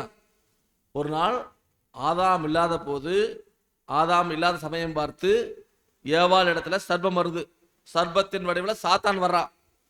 அவன் வந்து என்ன பண்ணானா, அந்த ஸ்திரியை நோக்கி என்ன சொல்றான் தெரியுங்களா, நீங்க தோட்டத்தில் உள்ள சகல விருட்சத்தின் கனியை புசிக்க வேண்டாம் என்று தேவன் சொன்னதுண்டோ அப்படின்னு கேட்கிறாரு. ஏவாள் கிட்ட சர்ப்பம் வந்து பேசுது. அதாவது தேவன் என்ன சொன்னாரு, எல்லா பழத்தையும் சாப்பிட சொன்னாரா, இந்த ஒரு பழம் சாப்பிட வேண்டாம் சொன்னாரா அப்படின்னு சொன்னாரு. அது ஸ்திரீன்னு சொல்லு சர்ப்பத்தை பார்த்து, ஆமா நாங்க வந்து தோட்டத்தில் உள்ள எல்லா விருட்சத்தின் கனியை புசிக்கலான்னு சொல்லிட்டாரு, ஆனா ஒரு கண்டிஷன் வச்சிருக்காரு, இந்த தோட்டத்தின் நடுவில் இருக்குது பாத்தியா, இந்த மரத்தினுடைய கனியை நீங்க வந்து புசிக்க வேண்டாம், அது நீங்கள் சாகாதபடிக்கு அதை புசிக்கவும் அதை தொடவும் வேணான்னு தேவன் சொல்லியிருக்காரு. இந்த மாதிரி சொல்லுது அந்த சர்பத்துக்கிட்ட, தேவன் வந்து இந்த பழத்தை மட்டும் சாப்பிட வேணாம்னு சொல்லியிருக்காரு, நீங்க செத்து போயிருவீங்களாமா, சாப்பிட்டீங்கன்னு செத்து போயிருன்னு சொல்லியிருக்காரு, அதனால நீங்க சாப்பிட வேண்டாம்னு சொல்லியிருக்காருன்னு சொன்னோன்னே உடனே சர்ப்பம் வந்து ஸ்திரியை பார்த்து என்ன சொல்லுதுன்னா, நீங்கள் சாகவே சாவதில்லை. தேவன் சொன்னாரு, இந்த பழத்தை பறிச்சு சாப்பிட்டீங்கன்னா சாகவே சாவீர்கள்னு சொல்றாரு. ஆனா சாத்தான் என்ன சொல்றான்னா, நீங்க சாகவே. அப்ப தேவன் சொன்னது உண்மையா, இவன் சொன்னது உண்மையா? இவன் யாரு? இவன் ஏதேன் தோட்டத்துல ஆதாம் ஏவாள் இருக்கிறாங்க, தேவன் இருக்காரு. இவன் யாரு? இவன் யாரு? சாத்தான் எங்கிருந்து வந்தான்? இவன் லூசிஃபர். இவன் வந்து எதுக்கு ஏதேன் தோட்டத்துல ஆண்டவர் இயேசு கிறிஸ்துவுக்கு ஒரு வேலை கொடுத்திருந்தார். என்ன வேலை தெரியுங்களா? காப்பாத்துறதுக்காக அபிஷேகம் பண்ணப்பட்ட கேரூப். கேரூப்னா தூதர்களின் தலைவன். காப்பாத்துறதுக்காக அபிஷேகம் பண்ணப்பட்டுக்கிறான் இந்த சாத்தான். எதை காப்பாத்துறதுக்காக? மனுஷனை வந்து இந்த பழத்தை பறிச்சு சாப்பிடக்கூடாது. அதுல இருந்து பாத்துக்கோ. இவரு தேவன் கொடுத்த வேலை என்னன்னா, லூசிஃபருக்கு, இங்க பாருப்பா, இந்த ஆதாம் ஏவாள் நீ பத்திரமா பாத்துக்கோ, இந்த பழத்தை மட்டும் அவங்க பறிச்சு சாப்பிடக்கூடாது, நீ காப்பாத்துற அவங்களையே, அதுக்கு நீங்க வச்சுக்கிற அப்படின்னு ஒரு வேலை கொடுத்து வச்சாரு ஆண்டவர் இயேசு கிறிஸ்து சாத்தானுக்கு. அப்புறம் ஆண்டவர் இல்லாத நேரத்துல, ஆதாமும் இல்லாத நேரம் பார்த்து ஏவாள் கிட்ட, நீங்க சாகவே சாக மாட்டீங்க, இதை நீங்க புசிக்கும் நாள்ல உங்கள் கண்கள் திறக்கப்படும் சொல்ற பாருங்க சாத்தான். உங்க கண்ணு திறந்துரு, நீங்க வந்து நன்மை தீமை அறிந்து தேவர்களை போல இருப்பீங்க, தேவர்கள் தேவதூதர்கள் மாதிரி இருப்பீங்க அப்படின்னு சொன்ன. அப்பொழுது ஸ்திரீயானவள் அந்த விருட்சம் புசிப்புக்கு நல்லதும் பார்வைக்கு இன்பமும் புத்தியை தெளிவிக்கிறதுக்கு இச்சைப்படத்தக்கமான விருட்சமாகுதுன்னு கண்டு அந்த கனியை பறிச்சு புசித்து சாப்பிட்டுச்சு. ஏவாள் சாப்பிட்டுருச்சு. சாப்பிட்டு என்ன பண்ணுச்சு? தன் புருஷனுக்கும் கொடுத்துருச்சு, ஆதாமுகிட்டையும் கொடுத்துருச்சு. ஆதாமும் வாங்கி என்ன பண்ணிட்டாருன்னா சாப்பிட்டார். ரெண்டு பேரும் சாப்பிட்டாங்க. தேவன் வந்து ஆதாமுகிட்ட தான் சொன்னார், புசிக்கும் நாள்ல சாகவே சாவாயின்னு சொன்னார். அப்போ பாருங்க, தேவன் சொன்ன அந்த கட்டளை மீறிட்டாங்க, அது பாவம். இந்த ஏவாள் வந்து அந்த விருட்சத்தினுடைய கனியை பார்க்கும்போது ரொம்ப நல்லா கண்ணுக்கு ரொம்ப அருமையா தெரியுது. புசிக்கும் நாள் நீ சாகவே சாக மாட்டேன்னு சாத்தான்னு சொன்னதை நம்பிருச்சு. தேவன் சொன்னதை நம்பணுமா, சாத்தான சொன்னதை நம்பணுமா? தேவன் சொன்னதை தான் நம்பணும். இந்த அம்மா ஏமாந்து போய் இந்த பழத்தை பறிச்சு சாப்பிட்டுருச்சு. காரணம் என்னன்னா, சாத்தான் பொய் சொல்லிட்டான். பாருங்க, யோவான் 8:44 படிக்கும்போது, நீங்கள் உங்கள் பிதாவாகிய பிசாசானால் உண்டானவர்கள், உங்கள் பிதாவை நிச்சயம் செய்ய மனதாக்குறீங்க, அவன் ஆதி முதற்கொண்டு மனசு கொலைபாதகன். மனுஷன் ஆதி முதற்கொண்டு என்ன தெரியுங்களா? ஆதிங்கிறது அந்த ஏதேன் தோட்டத்துல மனுஷனை பழத்தை சாப்பிட வச்சு கொலை மனுஷன் அந்த பழத்தை சாப்பிட சாக மாட்டான். இன்னைக்கு வரைக்கும் மரணம் இல்லை நமக்கு. அவன் ஆதி முதல்ல இருந்து மனுஷன் கொலைபாதனா இருக்கிறான் அப்படின்னு பாக்குறோம். அப்படியாக வந்து சாத்தான் தான் வந்து ஏமாத்தி வஞ்சித்து என்ன பண்ணுறீங்களா, அந்த பழத்தை சாப்பிட வச்சுட்டான். பழத்தை சாப்பிட வச்சுட்டு ரெண்டு பேரும் ஆதாம் ஏவாள் 2 பேரும் பறிச்சு சாப்பிட்டாங்க. சாப்பிட்டு போய் ஒளிஞ்சிட்டாங்க. ஏன்னா இவங்க வந்து ட்ரெஸ் போடல, நிர்வாணியா இருக்கிறாங்க. இப்ப பாருங்க, தோட்டத்துல போய் செடிகளுக்குள்ள போய் ஒளிஞ்சிட்டாங்க. உடனே வந்து ஆண்டவர் மீண்டும் பரலோகத்துல வர்றார். வரும்போது ஆதாமே எங்க இருக்கிறேன்னு கேட்கிறாரு. ஆதாம் பார்க்கறாரு, காணோம், ஒளிஞ்சிட்டார் ஆதாம். ஆதாமே நீ எங்க இருக்கிற அப்படின்னு கேட்கும்போது ஆதாம் பதில் சொல்றாரு, நான் நிர்வாணியா இருக்கிறதுனால உங்க முன்னாடி வர்றதுக்கு எனக்கு கஷ்டமா இருக்குது, அதனால நான் ஒளிஞ்சிட்டேன் அப்படின்னு சொல்றாரு. அப்படியா, நிர்வாணி உனக்கு அறிவிச்சது யாரு? நான் சாப்பிட வேண்டாங்கிற பழத்தை நீ பறிச்சு சாப்பிட்டியா அப்படின்னு கேட்கிறாரு. ஆமாங்க, சாப்பிட்டேன், ஏவாள் தான் கொடுத்துச்சு. இப்படியாக வந்து தப்பு பண்ணியாச்சு. உடனே தேவன் என்ன பண்ணாதுங்களா, சபிக்கிறார். இந்த இந்த தப்பு செய்யறதுக்கு யார் காரணம்? சாத்தான். அவனை சொல்ற சர்பத்தை பார்த்து பாருங்க, ஆதியாகமம் 3:14-15 வாசிங்க. அப்பொழுது தேவனாகிய கர்த்தர் சர்ப்பத்தை பார்த்து, நீ இதை செய்தபடியால் சகல நாட்டு மிருகங்களிலும் சகல காட்டு மிருகங்களிலும் சபிக்கப்பட்டு இருப்பாய், நீ உன் வயிற்றினாலே நகர்ந்து உயிரோடு இருக்கும் நாளெல்லாம் மண்ணை தின்பாய். பாருங்க, அதாவது சர்ப்பம் அப்படின்னா பாம்பு. பாம்பு வடிவத்துல சாத்தானை வந்து வஞ்சிச்சுட்டா. இப்ப சர்ப்பத்தை பார்த்து என்ன சாபம் கொடுக்கிறார் தேவன்? இதை நீ செய்தபடியால சகல காட்டு மிருகங்களிலும் நாட்டு மிருகங்களும் நீ சபிக்கப்பட்டிருப்பாய், நீ சபிக்கப்பட்டிருப்ப அப்படின்ட்டார். நீ உயிரோடு, நீ வயிற்றினால் நகர்ந்து உயிரோடு நாளெல்லாம் மண்ணை தின்பாய். பாம்பு, எந்த பாம்பு மண்ணை சாப்பிடுது? பாம்பு, எந்த பாம்பு மண்ணை சாப்பிடுது? தேவன் என்ன சொன்னார்? நீ வயிற்றினால் நகர்ந்து அது நகருது, உயிரோடு நாளெல்லாம் மண்ணை தின்பாய். அப்படின்னா எந்த பாம்பு மண்ணை சாப்பிடுது? எல்லாம் மாம்சம் தான் சாப்பிடுது. அப்ப இது எதுனா சாத்தானுக்கு சொல்லப்பட்டுச்சு. நீ சாத்தானுக்கு கொடுத்த சாபம், நீ மண்ணை தின்பாய். அப்படின்னா எந்த மண்ணு? மனுஷன், மண்ணான மனுஷன், அந்த மனுஷனை தான் நீ திம்ப. அப்படிங்கிறத மனுஷனை ஏமாத்தி வஞ்சித்து நீ காலகாலமா அந்த அவனை வஞ்சித்து அவனை திம்ப அப்படிங்கிறார். அதான் உனக்கும் ஸ்திரீக்கும் உன் வித்துக்கும் அவள் வித்துக்கும் பகை உண்டாக்குவேன், அவரின் தலையை நசுக்குவார், நீ அவர் குதிங்காலை நசுக்குவாய் அப்படின்னு சாபம் கொடுத்துட்டார். உன்னுடைய தலைய ஸ்திரீன் வித்து வந்து நசுக்கும், உனக்கு அழிவு ஸ்திரீன் வித்து மூலியமா வரும்ட்டார். பின்னாடி ஒரு பாடம் வருது, ஸ்திரீயின் வித்துன்னு ஒரு பாடம், பிரம்மாண்டமான பாடம். பைபிளில் சொல்லப்பட்ட முதல் தீர்க்கதரிசனம் இதுதான். இது இன்னைக்கு வரைக்கும் நிறைவேறி கொண்டிருக்குதுன்னு சொல்லி பார்க்குறோம். சரிங்களா? இப்போ ஆதாம் ஏவாள் தப்பு பண்ணிட்டாங்க. இப்போ ஏதேன் தோட்டத்தில் வந்து தேவன் துரத்தி விடுறாரு. ஏன் தெரியுங்களா? ஏதேன் தோட்டத்தில் நன்மை தீமை அறியத்தக்க விருட்சத்தின் கனியும் இருந்துச்சு, ஜீவ விருட்சத்தின் கனியும் இருக்குது. இப்போ ஜீவ விருட்சத்தின் கனியை பறித்து சாப்பிட்டாங்கன்னா இவங்க சாக மாட்டாங்க. அதனால தேவன் என்ன பண்ணார்னா அவங்களை துரத்தி விட்டார் ஏதேன் தோட்டத்திலிருந்து. பாருங்க, அவன் எடுக்கப்பட்ட மண்ணை பண்படுத்த தேவனாய் கர்த்தர் அவனை ஏதேன் தோட்டத்திலிருந்து அனுப்பிவிட்டார். அப்போ தேவன் ஆதாம் ஏவாளையும் அந்த ஏதேன் தோட்டத்திலிருந்து அனுப்பிவிட்டார், அனுப்பிட்டு அந்த ஏதேன் தோட்டத்துக்கு வந்து சுடரொளி பட்டயத்தை வச்சிட்டார். யாரும் உள்ள போகாத மாதிரி சுடரொளி பட்டயத்தை வச்சு பாதுகாப்பு பண்ணிட்டார். இப்போ ஆதாம் ஏவாள் வெளியே வந்துட்டாங்க, ஏதேன் தோட்டத்துக்கு வெளியே வந்தாச்சு. வரும்போது வெளியே வந்ததுக்கு அப்புறம் தான் ஆதாம் என்ன பண்றாருன்னா, பாருங்க வசனம் வாசிக்கும் போது ஆதியாகமம் 4:1-2. ஆதாம் தன் மனைவியாகிய ஏவாளை அறிந்தான். அவன் கர்ப்பவதியாகி காயினை பெற்று கர்த்தரால் ஒரு மனுஷனை பெற்றேன் என்றாள். பின்பு அவனுடைய சகோதரனாகிய ஆபேலை பெற்றாள். போதுங்க. அதாவது ஆதாம் வந்து வெளியே வந்ததுக்கு அப்புறம் தான் தன் மனைவியாகிய ஏவாளை அறிகிறாரு. அங்க வந்து முதல் குழந்தை பிறக்குது, காயின். ஆதாம் ஏவாளுக்கு பிறந்த முதல் பையன் யாருங்க? காயின். ரெண்டாவது பையன் ஆபேல். இப்படியாக வந்து 2 பேரும் வளர்றாங்க. அவங்க வந்து தேவனுக்கு காணிக்கை செலுத்தணும்னு நினைக்கிறாங்க. இந்த கதையெல்லாம் நமக்கு தெரியும். அப்போ தேவன் வந்து காயின் காணிக்கை அங்கீகரிக்கல, ஆபேல் காணிக்கையை அங்கீகரிச்சிட்டாரு. அதனால என்னுடைய காணிக்கையை அங்கீகரிக்காம தேவன் என்னுடைய சகோதரன் காணிக்கையை அங்கீகரிச்சிட்டாரா அப்படின்னு காயினுக்கு பொறாம வருது. சகோதரனை அடிச்சு கொலை செஞ்சுட்டார். பாருங்க, இப்படியாக வந்து காயின் முதல் பிறந்த பையன், ரெண்டாவது ஆபேல் பிறக்கிறான்னு சொல்லி பார்க்கிறோம்.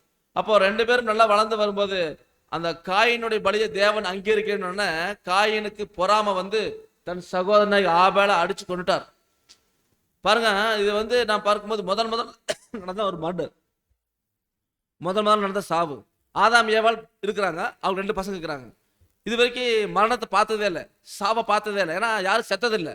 நமக்கு தெரியும் நிறைய சாவை பார்த்துக்கிறோம், நிறைய சாவுல கலந்துருக்கிறோம், மரணம்னா என்னன்னு தெரியும். ஆனா முதல்ல வந்து யாருமே செத்ததே இல்லை. அப்ப ஆதாம் வந்து பையன் ஆபேல் செத்து கிடக்கும் போது என்ன பண்ணிருப்பாரு? போய் பார்த்துருப்பாங்க, உருட்டி பார்த்துருப்பாங்க. காயினுக்கே தெரியாது, ஏதோ அடிச்சாரு செத்து போயிட்டாரு. அதுல வந்து காயினும் அப்படியே தள்ளி பார்த்துருப்பாரு, உருட்டி பார்த்துருப்பாரு, தண்ணியெல்லாம் தெளிச்சு பார்த்துருப்பாரு, எந்திரிக்கவே இல்லை. 1 நாள் 2 நாள் ஆயிருக்குது. சரி எந்திரிச்சுவாரு நினைச்சிருந்துருப்பாங்க, தூங்கிட்டு இருக்கா எந்திரிச்சுவாரு நினைச்சிருப்பாங்க. அப்புறம் 2 நாள் 3 நாள் என்ன ஆயிருக்கு? அடுத்தது 4வது நாள் என்ன இருக்குங்க? உடம்பு அப்படியே அழுகிறக்க ஆரம்பிச்சிச்சு, தண்ணீர் விடுறக்க ஆரம்பிச்சிச்சு, நாற்றம் எடுக்க ஆரம்பிச்சிச்சு. ஓ, இதுதான் மரணமா, இதுதான் சாவா அப்படின்னு எல்லாருமே உணர்ந்துட்டாங்க. இப்படியாக வந்து ஆதாமின் சந்ததிக்கு மரணம் வந்துருச்சு. இப்படியாக இந்த பூமியில பாருங்க, இன்னைக்கு மக்கள் தொகை எத்தனைங்க? இன்னைக்கு மக்கள் தொகை எத்தனை? இன்னைக்கு மக்கள் தொகை 820 கோடி. இன்னைக்கு உலகத்துல 820 கோடி மக்கள். அதுல வந்து முதல் இடத்துல நம்ம இந்தியா இருக்குது. சரிங்களா? அப்ப இந்த 820 கோடி மக்களும் ஆதாமின் பிள்ளைகள் தான். இது வரைக்கும் எத்தனையோ பேர் பிறந்து வாழ்ந்து மறிச்சு போயிட்டாங்க. எல்லாரும் ஆதாமிலிருந்து வந்தவங்க தான். நம்ம எல்லாருக்கும் ஆதி தகப்பனும் தாய். நீ உட்காந்துக்கிற நமக்கு வெளியே இருக்கிற அத்தனை பேர்த்துக்குமே, கோடிக்கணக்கான ஜனங்கள் எல்லாருக்குமே ஆதி பெற்றோர் அம்மா அப்பா யாருன்னா ஆதாம் ஏவாள். அதுல இருந்து தான் இவ்வளோ ஜனங்களும் வந்திருக்கிறோம். இந்த பூமியில வந்து மனுஷர்கள் பெருகிறாங்கன்னு சொல்லி பார்க்குறோம். ஆதி ஆரம்பத்தில் 1ஆம் உலகத்தில் பார்த்தீங்கன்னா ஆதாம் ஏவாள் வெளியே வந்துட்டாங்க, குழந்தைகள் பிறக்குது. அந்த குழந்தைகள் பிறந்தோன்னே அங்கே ஆதாமுக்கும் குழந்தை பிறக்குது, அங்கே பசங்க வளர்றாங்க, அவங்களுக்கு திருமணம் ஆகுது. இது நிறைய பேருக்கு ஒரு கேள்வி வரும். ஆதாமுக்கு ஏவாளுக்கும் திருமணம் நடந்து குழந்தை பிறந்துச்சு. அப்போ காயின் பிறந்தாரு. காயின் மனைவி யார்? காயினுக்கு யார் மனைவி? ஆபேல் இருந்தாரு, அதுக்கப்புறம் சேர்த்து பிறந்தாரு. இவங்களுக்கெல்லாம் யார் மனைவி? எங்க கல்யாணம் முடிச்சாங்க அப்படின்னு நிறைய கேள்வி வரலாம். ஆதாம் ஏவாள் தான் ஒரே தாய் தகப்பன். அவங்களுக்கு நிறைய பிள்ளைகளும் பிறந்துச்சு, பசங்களும் பிறந்துச்சு. அப்போ ஆரம்பத்தில் வந்து நியாயப்பிரமாணம் கொடுக்கப்படாதனால மனுஷர் பெருகுணுங்கிறதுக்காக அங்கே வந்து அவங்க அம்மா அப்பாவுக்கு பிறந்த அக்கா தங்கச்சியை திருமணம் முடிச்சிட்டாங்க ஆரம்பத்தில். இப்படி தான் வந்து மனுஷங்க வந்து இப்போ நிறைய பேருக்கு வர கேள்வி அதுதான், எப்படி அங்கே காயினுக்கு திருமணம் ஆச்சு? இது வந்து அங்கே வந்து ஆதாம் ஏவாள்லேருந்து மட்டும்தான் மனுஷன் வரணும். ஆதாம் ஏவாள் தான் தேவனால் படைக்கப்பட்டவங்க. அதுலேருந்து தான் மனுக்குலம் பெருகணும். அதனால அங்கே வந்து ஆதாமுக்கு பிறந்த பிள்ளைகளை தான் ஆதாமுடைய பசங்க திருமணம் முடிச்சாங்க. அப்படியே மக்கள் பெருகிறாங்க பாருங்க. அதாவது பூமியின் மேல் மனுஷர் பூமியில் பெருக துவங்கி நிறைய மக்கள் பிறக்கிறாங்க. அப்போ என்ன ஆகுதுன்னு சொல்லி பார்க்கும்போது அவர்களுக்கு குமார்த்திகள் பிறக்கும்போது வசனம் வாசிக்கும் போது தேவகுமாரர் மனுஷகுமார்த்திகளை கண்டு அதிக சௌந்தரம் என்று கண்டு அவர்களுக்குள்ளே தங்களுக்கு பெண்களை தெரிந்து கொண்டார்கள் அப்படின்னு பார்க்குறது. என்ன வசனம் என்ன சொல்ல வருது? பூமியில மனுஷர்கள் நிறைய பிறக்கிறாங்க, பெருகிறாங்க, போயிட்டு இருக்கும்போது இங்க வந்து மனுஷகுமார்த்திகள், அதாவது இந்த பெண்கள் பிறக்கும்போது மனுஷகுமார்த்திகள் பிறந்தபோது தேவகுமாரர்கள் மனுஷகுமார்த்திகள் அதிக சௌந்தரம் உள்ளவர் என்று கண்டு அவர்களுக்குள்ளே தங்களுக்கு பெண்களை தெரிந்து கொண்டார்கள். அப்படி என்ன அர்த்தம்? ஆதாம் ஏவாள் அவங்க நிறைய குழந்தைகள் பிறக்குது, அப்படி அவங்க பசங்க திருமணமாகுது, அப்போ நிறைய குழந்தைகள் பிறக்குது. பெண்கள் பிறக்கும்போது தேவகுமாரர் வந்து மனுஷகுமார்த்திகளை அதிக சௌந்தரியம் உள்ளவர்கள் அழகாக்குறாங்கன்னு பார்த்து கல்யாணம் முடிச்சிட்டாங்களாமா. யார் இந்த தேவகுமாரர் தெரியுங்களா? அதாவது முதலாம் உலகத்துல தேவன் வந்து ஒரு பிரிவிலேஜ் கொடுத்திருந்தார். என்ன பிரிவிலேஜ்னா, பரலோகத்திலிருந்து தேவதூதர்கள் பூமிக்கு வருவாங்க. நல்லா புரிஞ்சுக்கும், வேலைக்காக தேவன் வந்து பரலோகத்திலிருந்து தேவதூதர்கள் அனுப்பிடுவார். அப்படி தேவதூதர்கள் பூமிக்கு வரும்போது அவர் பூமிக்கு வந்து மனுஷன் கூட வந்து பேசணும். தேவதூதர்கள் என்ன ரூபம்னா ஆவி ரூபம். ஆவி ரூபத்தில் இருக்கக்கூடிய மனுஷன் ஒரு ஆவி வந்து பேசினா இப்ப பக்கத்துல ஒரு சத்தம் மட்டும் கேட்குது, யாருமே இல்லை. பேச முடியுங்களா? நம்ம ஆவி ரூபத்துல இருந்தா பேச முடியாது. ஏன்னா ஆவியா இருக்கிற ரூபத்துல இருந்து பேச முடியாதுல்ல. இப்ப நான் முன்னாடி நிக்கிறேன், நீங்க என்கிட்ட பேசுறீங்க, நான் உங்ககிட்ட பேசுறேன். இது ஒரு இயல்பா இருக்கு. யாருமே இல்லாம ஒரு சத்தம் மட்டும் கேட்டிருந்தா எப்படி இருக்கும்? அதனாலதான் முதலாம் உலகத்துல என்ன பண்ணாருன்னா, தேவன் அந்த தேவதூதர்கள் பரலோகத்திலிருந்து பூமிக்கு வேலையா வருவாங்க. தேவன் வேலைக்கு அனுப்புவார். அப்படி வரக்கூடிய தேவதூதர்கள் வந்து பூமிக்கு வந்து என்ன பண்ணாலும் மனுஷூரம் எடுத்துக்கலாம். என்ன உருவம்? மனுஷன் மாதிரியே சரீரம், இந்த மாம்ச சரீரம் எல்லாம் எடுத்து மனுஷன் மாதிரியே காட்சி அளிச்சா மனுஷனோட பேசலாம், பழகலாம், சாப்பிடலாம், எல்லாம் பண்ணலாம். அப்படித்தான் இருந்துச்சு. அதனாலதான் பாருங்க, இந்த புராணத்துல எல்லாம் படிக்கிற மாட்டீங்களா, மகாபாரதம், ராமாயணம், இந்த மாதிரி புராண கதைகள் படிக்கும்போது தேவர்கள் வானுலகத்திலிருந்து பூலோகத்துக்கு வந்தாங்க. அந்த தேவர்களுக்கு அரசன் யாரு? எல்லாருமே படிச்சுக்கிறோம். தேவர்களுக்கு அரசன் யாருங்க? படிக்கலையா? அதாவது புராணத்துல தேவர்கள் வந்து வானத்திலிருந்து பூமிக்கு வருவாங்களாம், மனுஷங்களோட கலந்துருவாங்களாம், மனுஷங்களோட பேசுவாங்களாம், பெண்களை திருமணம் முடிச்சுக்கிறாங்க அப்படின்னு புராணங்கள் சொல்லுது. நம்ம பைபிள் இல்லை, புராணம் சொல்லுது. இதெல்லாம் எப்படின்னா பைபிள்ல இருக்கிற விஷயத்தை அவங்க எழுதிக்கிறாங்க. பரலோகத்திலிருந்து பூமிக்கு வரக்கூடிய தேவதூதர்கள் மனுஷூரம் எடுத்து மனுஷகுமார்த்திகளை திருமணம் முடிச்சுக்கிறாங்க. ஏன்னா மனுஷ உருவத்துல எடுத்தா தான் மனுஷன் கூட பேச முடியும், பழக முடியும். அப்ப ஆயுர்வேதத்துல வந்து பழக முடியாது. அப்படி தேவதூதர்கள் வந்து மனுஷகுமார்த்திகளை வந்து திருமணம் முடிச்சாங்க. அப்படி வந்து தேவர்கள்லாம் நம்ம பார்க்குற தேவர்களுக்கு அந்த தலைவனாக அரசனாக இருந்தது யாரு? இந்திரன். கேள்விப்பட்டுக்கிறீங்களா? இந்திரன் கேள்விப்பட்டீங்களா? பட்டது இல்லையா? இந்த அந்த நாரதர் வேலையில செய்யாதுன்னு சொல்லுவோம். அந்த நாரதரெல்லாம் வந்து பார்த்தீங்கன்னா மேலே வந்து பூமிக்கு வந்த ஒரு தேவர் அப்படின்னு புராணம் சொல்லுது. இது புராண கதை. அது இருந்ததா இல்லையான்னு தெரியல, அது கட்டுக்கதையாக கூட இருக்கலாம். ஆனா இந்த தேவதூதர்கள் பூமிக்கு வந்து மனுஷூரம் எடுத்து என்ன பண்றது தெரியுங்களா? இங்க மனுஷன் வந்து என்ன பண்றான்னா, மனுஷன் ஆண்கள் பெண்களை திருமணம் முடிக்கிறாங்க, அவங்களுக்கு குழந்தைகள் பிறக்குது. இவங்க வந்து மனுஷூரம் எடுத்து வந்து இவங்க என்ன பண்றாங்கன்னா, நாமளும் இந்த பெண்களை திருமணம் முடிக்கலாமே, நாமளும் இந்த மனுஷன் மாதிரியே திருமணம் முடிச்சு நாமளும் குழந்தை பெற்றுக்கலாமே அப்படின்னு முடிவு பண்ணி பாருங்க என்ன பண்றாங்க தெரியுங்களா? தங்களுக்கு பெண்களை தெரிந்து கொண்டார்கள். மனுஷகுமாரத்தில திருமணம் முடிச்சு தேவ தூதர்கள் மனுஷூரம் எடுத்து மனுஷகுமாரத்தை திருமணம் முடிச்சு அவங்களோட சேர்றாங்க. சேரும்போது அவங்களுக்கு குழந்தை பிறக்குது. அந்த குழந்தை எப்படி வருதுன்னா ராட்சச குழந்தையா பிறக்குது. பாருங்க, அப்நார்மல். தூதர்களுக்கும் மனுஷர்களுக்கும் பிறந்த குழந்தை அப்நார்மலா இருக்குமா, அந்த மாதிரி இருக்குன்னு சொல்லி பார்க்குறோம். இப்படியாக வந்து பார்க்கும்போது பாருங்க, வசனம் வாசிக்கும்போது மனுஷனோட நான் போராட முடியாது, அவன் மாம்சம் தானே, அவன் இதுக்கு பாரு 120 வருஷம் சொல்லிட்டார். 120 வருஷத்துல அவன் மறிச்சிருவான்ட்டார். அப்புறம் அந்நாட்களில் பாருங்க, பூமியில ராட்சசர்கள் இருந்தாங்க. பின்பு தேவகுமார மனுஷகுமாரத்தில் கூடுறதுனால இவர்கள் அவர்கள் பிள்ளைகளை பெற்ற போது பிள்ளைகள் பிறக்குது. இவர்கள் பூர்வத்தில் பெயர் பெற்ற மனுஷர்கள் பலவானானார்கள். இப்படியாக வந்து பயங்கரமான பராக்கிரமசாலிகளாக ராட்சசர்கள் பிறந்தாங்க. இந்த மாதிரி தேவர்கள் குடும்பம் ராட்சசர்கள் பிறந்துட்டாங்க.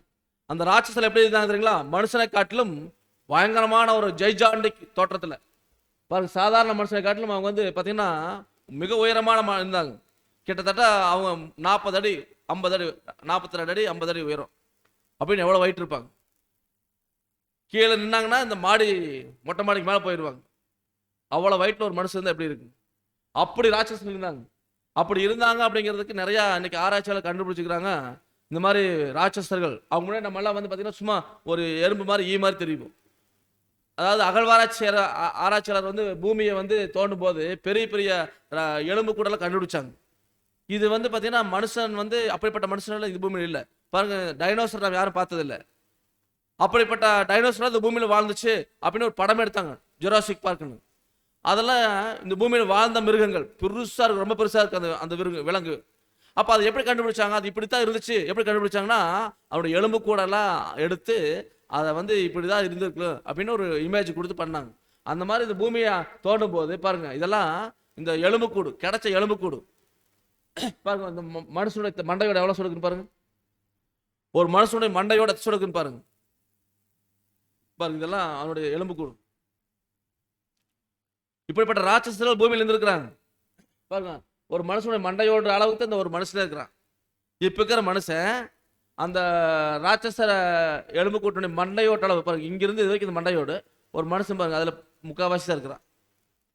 அப்ப இவ்வளவு பெரிய மனுஷங்க இந்த பூமியில வாழ்ந்துக்கிறாங்க அப்படின்னு ஆராய்ச்சியால கண்டுபிடிச்சிருக்காங்க. பாருங்க, இதெல்லாம் சும்மா சொல்ல, இதெல்லாம் வந்து எவிடன்ஸோட தான் இருக்குன்னு சொல்லி பார்க்கணும்.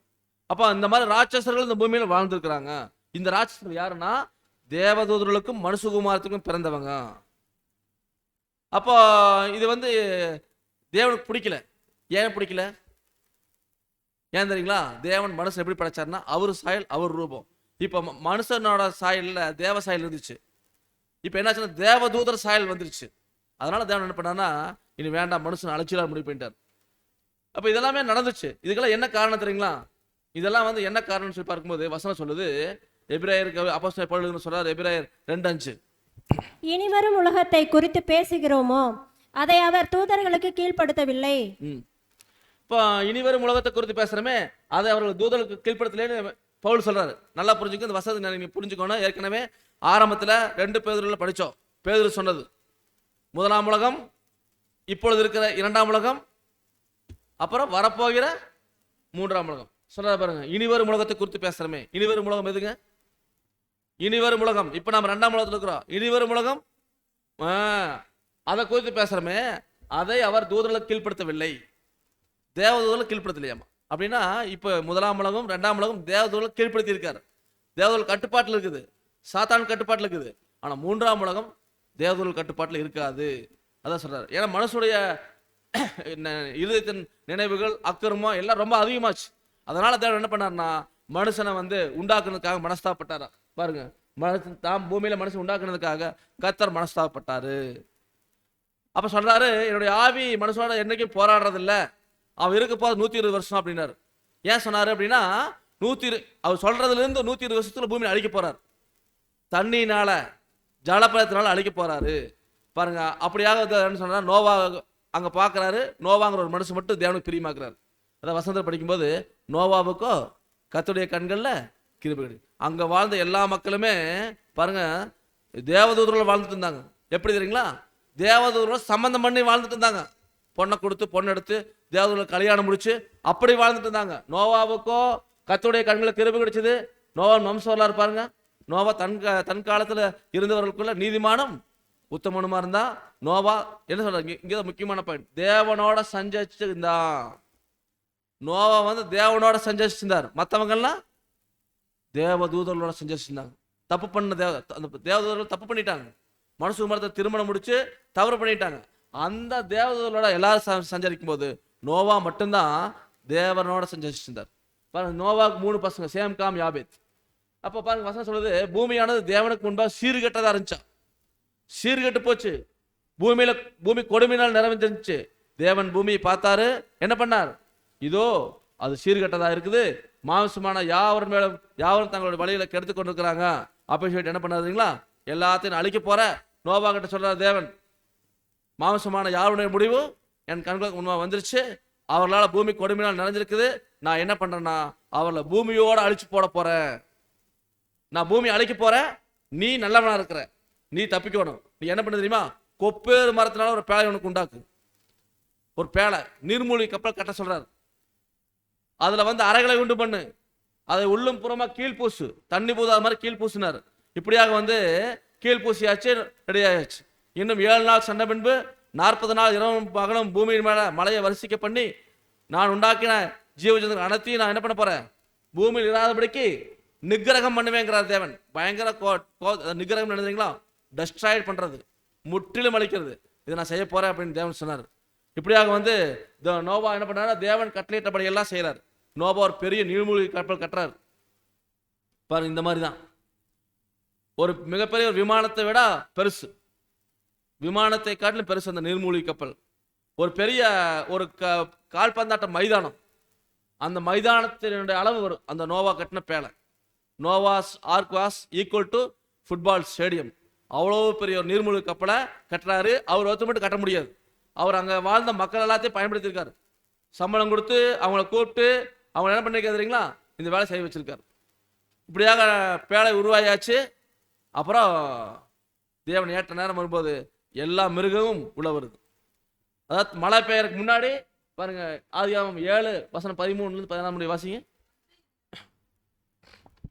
அன்றைய தினமே நோவாவும் நோவாவின் குமாரனாகிய சேமும் காமும் யாப்பேத்தும் அவர்களுடனே கூட நோவாவின் மனைவியும் அவன் குமாரனின் 3 மனைவிகளும் பேழைக்குள் பிரவேசித்தார்கள். அவர்களோட ஜாதி ஜாதியான சகலவித காட்டு மிருகங்களும் ஜாதி ஜாதியான சகலவித நாட்டு மிருகங்களும் பூமியின் மேல் ஊறுகிற ஜாதி ஜாதியான சகலவித ஊரும் பிராணிகளும் ஜாதி ஜாதியான சகலவித பறவைகளும் பலவிதமான சிறகுகள் உள்ள சகலவித பட்சிகளும் பிரவேசித்தன. இப்படியாக வந்து நோவாவுடைய மனைவி, நோவாவுடைய பசங்க 3 பேர், பசங்களுடைய மனைவிகள் 3 பேர், மொத்தம் 8 பேர். நோவாவின் மனைவி, பசங்க 3 பேர், பசங்களுடைய மனைவிகள் 3 பேர், மொத்தம் 8 பேர் வந்து பேழைக்குள்ள போயிட்டாங்க. அந்த பேழைக்குள் நிறைய அறைகள் இருக்குது. அதுல பாருங்க, இன்னைக்கு பூமியில என்ன பண்ணாருன்னா மிருக ஜீவன் எல்லாத்தையுமே அழிக்க முடிவு பண்ணிட்டார். மனுஷனால ஒட்டுமொத்த மிருக ஜீவன் எல்லாத்தையுமே, பூமியில் இருக்கிற எல்லா மிருகத்தையும் அதாவது நிகிரகம் பண்ணவே சொல்லிட்டார். அப்போ அதனால வந்து இன்னைக்கு நம்ம பார்க்குற இந்த மிருகமெல்லாம் நோவாவோட பேழைக்குள்ள போய் தப்பிச்சது தான். அப்போ இதெல்லாமே பாருங்க, அதனுடைய அந்த எல்லா மிருகம் பறவைகள் ஜோடி ஜோடியா எல்லாம் உள்ள போகுது. நோவா வந்து என்ன பண்றாருன்னா பாருங்க, அதாவது தேவன் அவனுக்கு கட்டளையிட்டபடியே ஆணும் பெண்ணுமாக சகலவித மாംസ ஜந்துக்களும் உள்ளே பிரவேசிச்சுன்னா அப்பொழுது கர்த்தர் அவனை உள்ளே விட்டு கதவை அடைச்சார். கதவை அடைச்சது யாருங்க? கடைசியில் நோவா உள்ள போக வச்சு யார் கதவை அடைச்சது? தேவன் தான் அடைச்சார். ஏன் தேவன் அடைச்சாரு தெரியுங்களா? நம்ம மனுஷன் அடைச்சா நம்ம திறந்துட முடியும், தேவன் அடைச்சா திறக்க முடியுமா? ஏன்னா தண்ணி வந்து மழை வந்து எல்லாரும் காப்பாத்துங்க கத்துவாங்க. அப்ப நோவா மனசரக்கப்பட்டு ஐயோ பக்கத்து வீட்டுக்காரனாச்சே அப்படி என்ன பண்ணுவாரு, கதவை திறந்து எடுத்து. அதனால தேவனே என்ன பண்ணாரு, நோவாவை உள்ள விட்டு அடைச்சிட்டாரு.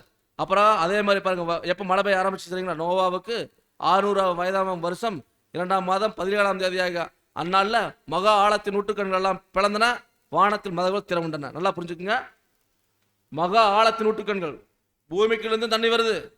அப்புறம் வானத்தின் மதவுகள், ஏற்கனவே பார்த்தோம் மேல, வானத்துக்கு மேல ஆகாயத்துக்கு மேல தண்ணீர் வளையம் இருந்துச்சுன்னு பார்த்தோமா இல்லைங்களா? அதெல்லாம் அப்படியே படந்து பூமியில மழை கொட்டுன்னு கொட்டுது. அந்த மழை மேல அந்த தண்ணி பூரா பூமிக்கு வந்துச்சு. வானத்தின் மதவுகள் திறமுண்டன. மதகுன்னு பெரிய டேமை திறந்துட்டா மதகுல போதில் அந்த மாதிரி வானத்திலிருந்து அப்படி தண்ணி ஊத்துது. 40 நாள் இரவும் பகலும் பயங்கரமான மழை பெஞ்சு எல்லாமே பாருங்க, எல்லா மக்களும் தண்ணியில் சிக்கிட்டாங்க. தண்ணியில் சிக்கினா இந்த நோவா பேழையில் இருக்கிற உயிரினங்கள், நோவாவின் குடும்பம் மட்டும் தப்பிச்சுது. எல்லாரும் தண்ணியில் சிக்கிட்டாங்க. தண்ணியில் சிக்கி எல்லாரும் மரிச்சு போயிட்டாங்க. எல்லாருமே மரிச்சு போயிட்டாங்க. இப்படியாக வந்து பூமி பாருங்க, மேல இந்த வாயு வளையம், இந்த தண்ணீர் வளையம் வந்து ஃபுல்லா கீழே வந்துருச்சு. சரிங்களா? அப்போ இப்படியாக வந்து பூமி வந்து பார்த்தீங்கன்னா, இது பூமியில் இருக்கக்கூடிய கடல்கள், அதுக்கு மேலே அட்மாஸ்பியர் அப்படின்னா அந்த காற்று மண்டலம், அதுக்கு மேலே வந்து இந்த வாட்டர் கனஃபி, அந்த தண்ணீர் வளையம். இப்படியாக வந்து அந்த தண்ணீர் பூரா பூமிக்கு வந்துருச்சு, பூமிக்குள்ள வந்துருச்சு. அப்போ ஆரம்பத்தில் வந்து பார்த்தீங்கன்னா இந்த பூமி எப்படி இருந்துச்சு தெரியுங்களா? இந்த தண்ணீர் வளையமெல்லாம் இருக்கும்போது இப்படி தான் இருந்துச்சு. பாரு, இந்த மாதிரி கடலுக்குள்ள போய் நம்ம பார்த்தா எப்படி இருக்கும் அந்த மாதிரி தான் இருந்துச்சு. ஒரு ஏசி கிளைமேட் இருந்துச்சு பூமியில், வந்து ஒரு ஏசி கிளைமேட் இருந்துச்சு. அப்போ வந்து பூமியில் வந்து மழை பெய்யல, மழையும் பெய்ய தேவையில்லை. தேவன் வந்து பூமியை வந்து பனியினால் நினச்சி இந்த விவசாய பயிர்கள் வளர்றதுக்கு செஞ்சார். இந்த பூமி எப்படி இருந்துச்சு, ஒரு ஏசி கிளைமேட்டில் இருந்துச்சுன்னு சொல்லி பார்க்குறோம். இப்படியாக வந்து எல்லாமே தேவன் என்ன பண்ணான்னா இந்த மிருகஜீவன் எல்லாத்தையும் அழிச்சிட்டார். பாருங்க, வெட்டாந்தரையில் உண்டான எல்லாவற்றிலையும் நாசிலே சுவாசம் உள்ளவைகள் எல்லாம் மாண்டு போயின, எல்லாம் செத்து போச்சு. எல்லா மிருகமே பாருங்க, மனுஷர் முதல் மிருகங்கள், ஊரும் பிராணிகள், ஆகாயத்து பறவைகள் பரியந்தம் பூமி மேல இருந்த எல்லாமே உயிருள்ள வஸ்துக்கள் யாவும் அழிந்து அவைகள் பூமியில் இராதபடிக்கு நிகிரகமாயின. நோவாவும் அவனோடு பேழை இருந்த உயிர்கள் மாத்திரம் காக்கப்பட்டுச்சு. இப்படியாக அந்த 1ஆம் உலகம் ஜலப்பிரளயத்தினால தேவன் அழிச்சிட்டாரு. ஏன் அழிச்சாரு நீங்க சொல்லுங்க? தேவதூதர்கள் மனுஷகுமாரத்தோட கூடி ராட்சசல பிறந்து தேவன் விரும்பாத தேவ பக்தி இல்லாத சந்ததி வந்துருச்சு, தேவ ரூபம் இல்லாத சந்ததி வந்துருச்சு. அதனால முதலாம் உலகத்தை தேவன் அழிச்சிட்டார். பாருங்க, பூமிக்கு மேல இருந்த அந்த வாயு தண்ணீர் வளையம் வந்து ஃபுல்லா மழையா பூமிக்குள்ள வந்துச்சு. அதான் பூமியில வந்து எல்லா மலைகளும் மூடத்தக்கத மழை. பூமிக்கு மேல கூடிய இமயமலையை காட்டிலும் உயர்ந்த மலைகள்லாம் இருந்துச்சு, அதெல்லாம் மூடி அதுக்கு மேல தண்ணி இருந்துச்சு. ஏன்னா எந்த உயிரினும் தப்பிக்கூடாது, ஒரு காக்கா குருவி கூட தப்பிக்கூடாது.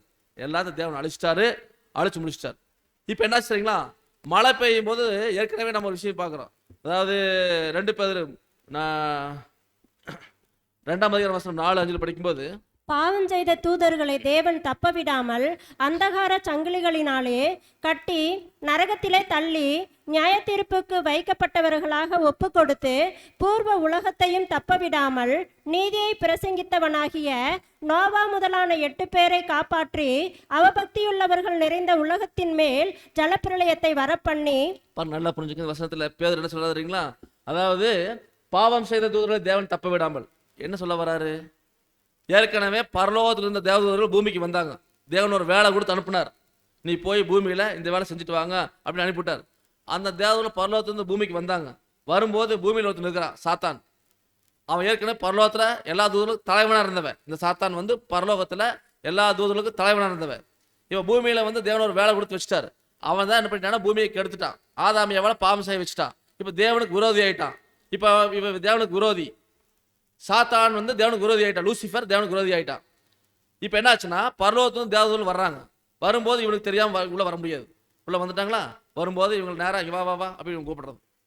நீ மனுசூரம் எடுத்து தேவனுடைய திட்டத்துக்கு விரோதம் பண்ணணும், நான் பார்த்துக்கிறேன் எல்லாத்தையும், நான் எல்லாத்தையும் பார்த்துக்கிறேன், நீ நான் சொல்ல மாதிரி செய் அப்படின்னு அந்த மனுசூரம் எடுத்த தேவதூதர்களை நீ மனுசுகுமாரத்தோட போய் திருமணம் முடிச்சு அவங்களோட கூடி குழந்தை பெற்றுக்கோ அப்படின்னு அப்படி விட்டுறான். எல்லா தேவதூதர்களும் இப்படி அவன் கட்டுப்பாட்டில் வந்து பூமியை கெடுத்துட்டு இருக்கிறாங்க. புரிஞ்சுங்களா? இப்போ எல்லாரும் என்ன, மனுசூரம் எடுத்து தேவதூதர்கள் மனுசுகுமாரத்தோட கூடி இங்கே குடும்பம் நடத்திட்டு இருக்கிறாங்க. இப்போ மழை பெஞ்சிருச்சு. மழை பெஞ்சோடனே இந்த மனுசூரத்தில் கூடிய தேவதூதர்கள் என்ன பண்ணலாம்? அவங்க ஆவி ரூபத்தில் வந்து மனுசூரம் எடுத்தாச்சு. இப்போ மனுசூரத்திலிருந்து மறுபடியும் ஆவி ரூபத்துக்கு போக முடியும். ஆவி ரூபத்துக்கு போய் பரலோகத்துக்கு போக முடியும். நல்லா புரிஞ்சுக்குங்க. நான் தேவதூதர்னு வச்சுக்கோங்க, பரலோகத்தில் ஆவி ரூபத்தில் இருந்தேன், பூமிக்கு வந்து மனுசூரம் எடுத்துட்டேன். இப்போ மனுசூரோட கலந்துக்கலாம். திடீர்னு மழை வந்துருச்சு, தண்ணி இது வரைக்கும் ஏறுது, இது வரைக்கும் ஏறுது, இது வரைக்கும் ஏறுது, இது வரைக்கும் ஏறுது. நான் என்ன பண்ணுவேன்? எனக்கு ஒரு பவர் இருக்கு, நான் அப்படியே என்ன பண்ணலாம்? ஆவி மாற முடியும். மாறுனான்னு நினைக்கும்போது தேவன் மாறி பரலோகத்துக்குள்ள நினைக்கும்போது தேவன் பாவம் செய்த தூதர்களை தப்ப விடாமல், அவன் தப்பிச்சிடக்கூடாது. வசனம் எங்க வருது புரிஞ்சுங்களா? பாவம் செய்த தூதர்களை தப்ப விடாமல் அவளை அந்தகார சங்கிலினால கட்டி. ஏன்னா அந்தகார சங்கிலி என்ன தெரியுங்களா? மேற்கொண்டு அவர் பரலோகம் போக முடியாது. இதுதான் அந்தகார சங்கிலி. மேற்கொண்டு பரலோகத்துக்கும் போக முடியாது, பூமியில வந்து மனுசூரும் எடுக்க முடியாது. அதனால என்ன பண்ணா, இந்த காற்று மண்டலத்துல சுத்தர் கூட்டார். அதனாலதான் இன்னைக்கு பேய் சுத்துன்னு சொல்றோம். எங்க சுத்துன்னு சொல்றோம்? நம்ம மட்டும் இல்ல, எல்லாருமே பேய் எங்குன்னு சொல்றாங்க, மேல காத்துல சுத்திட்டு இருக்குன்னு சொல்றாங்க.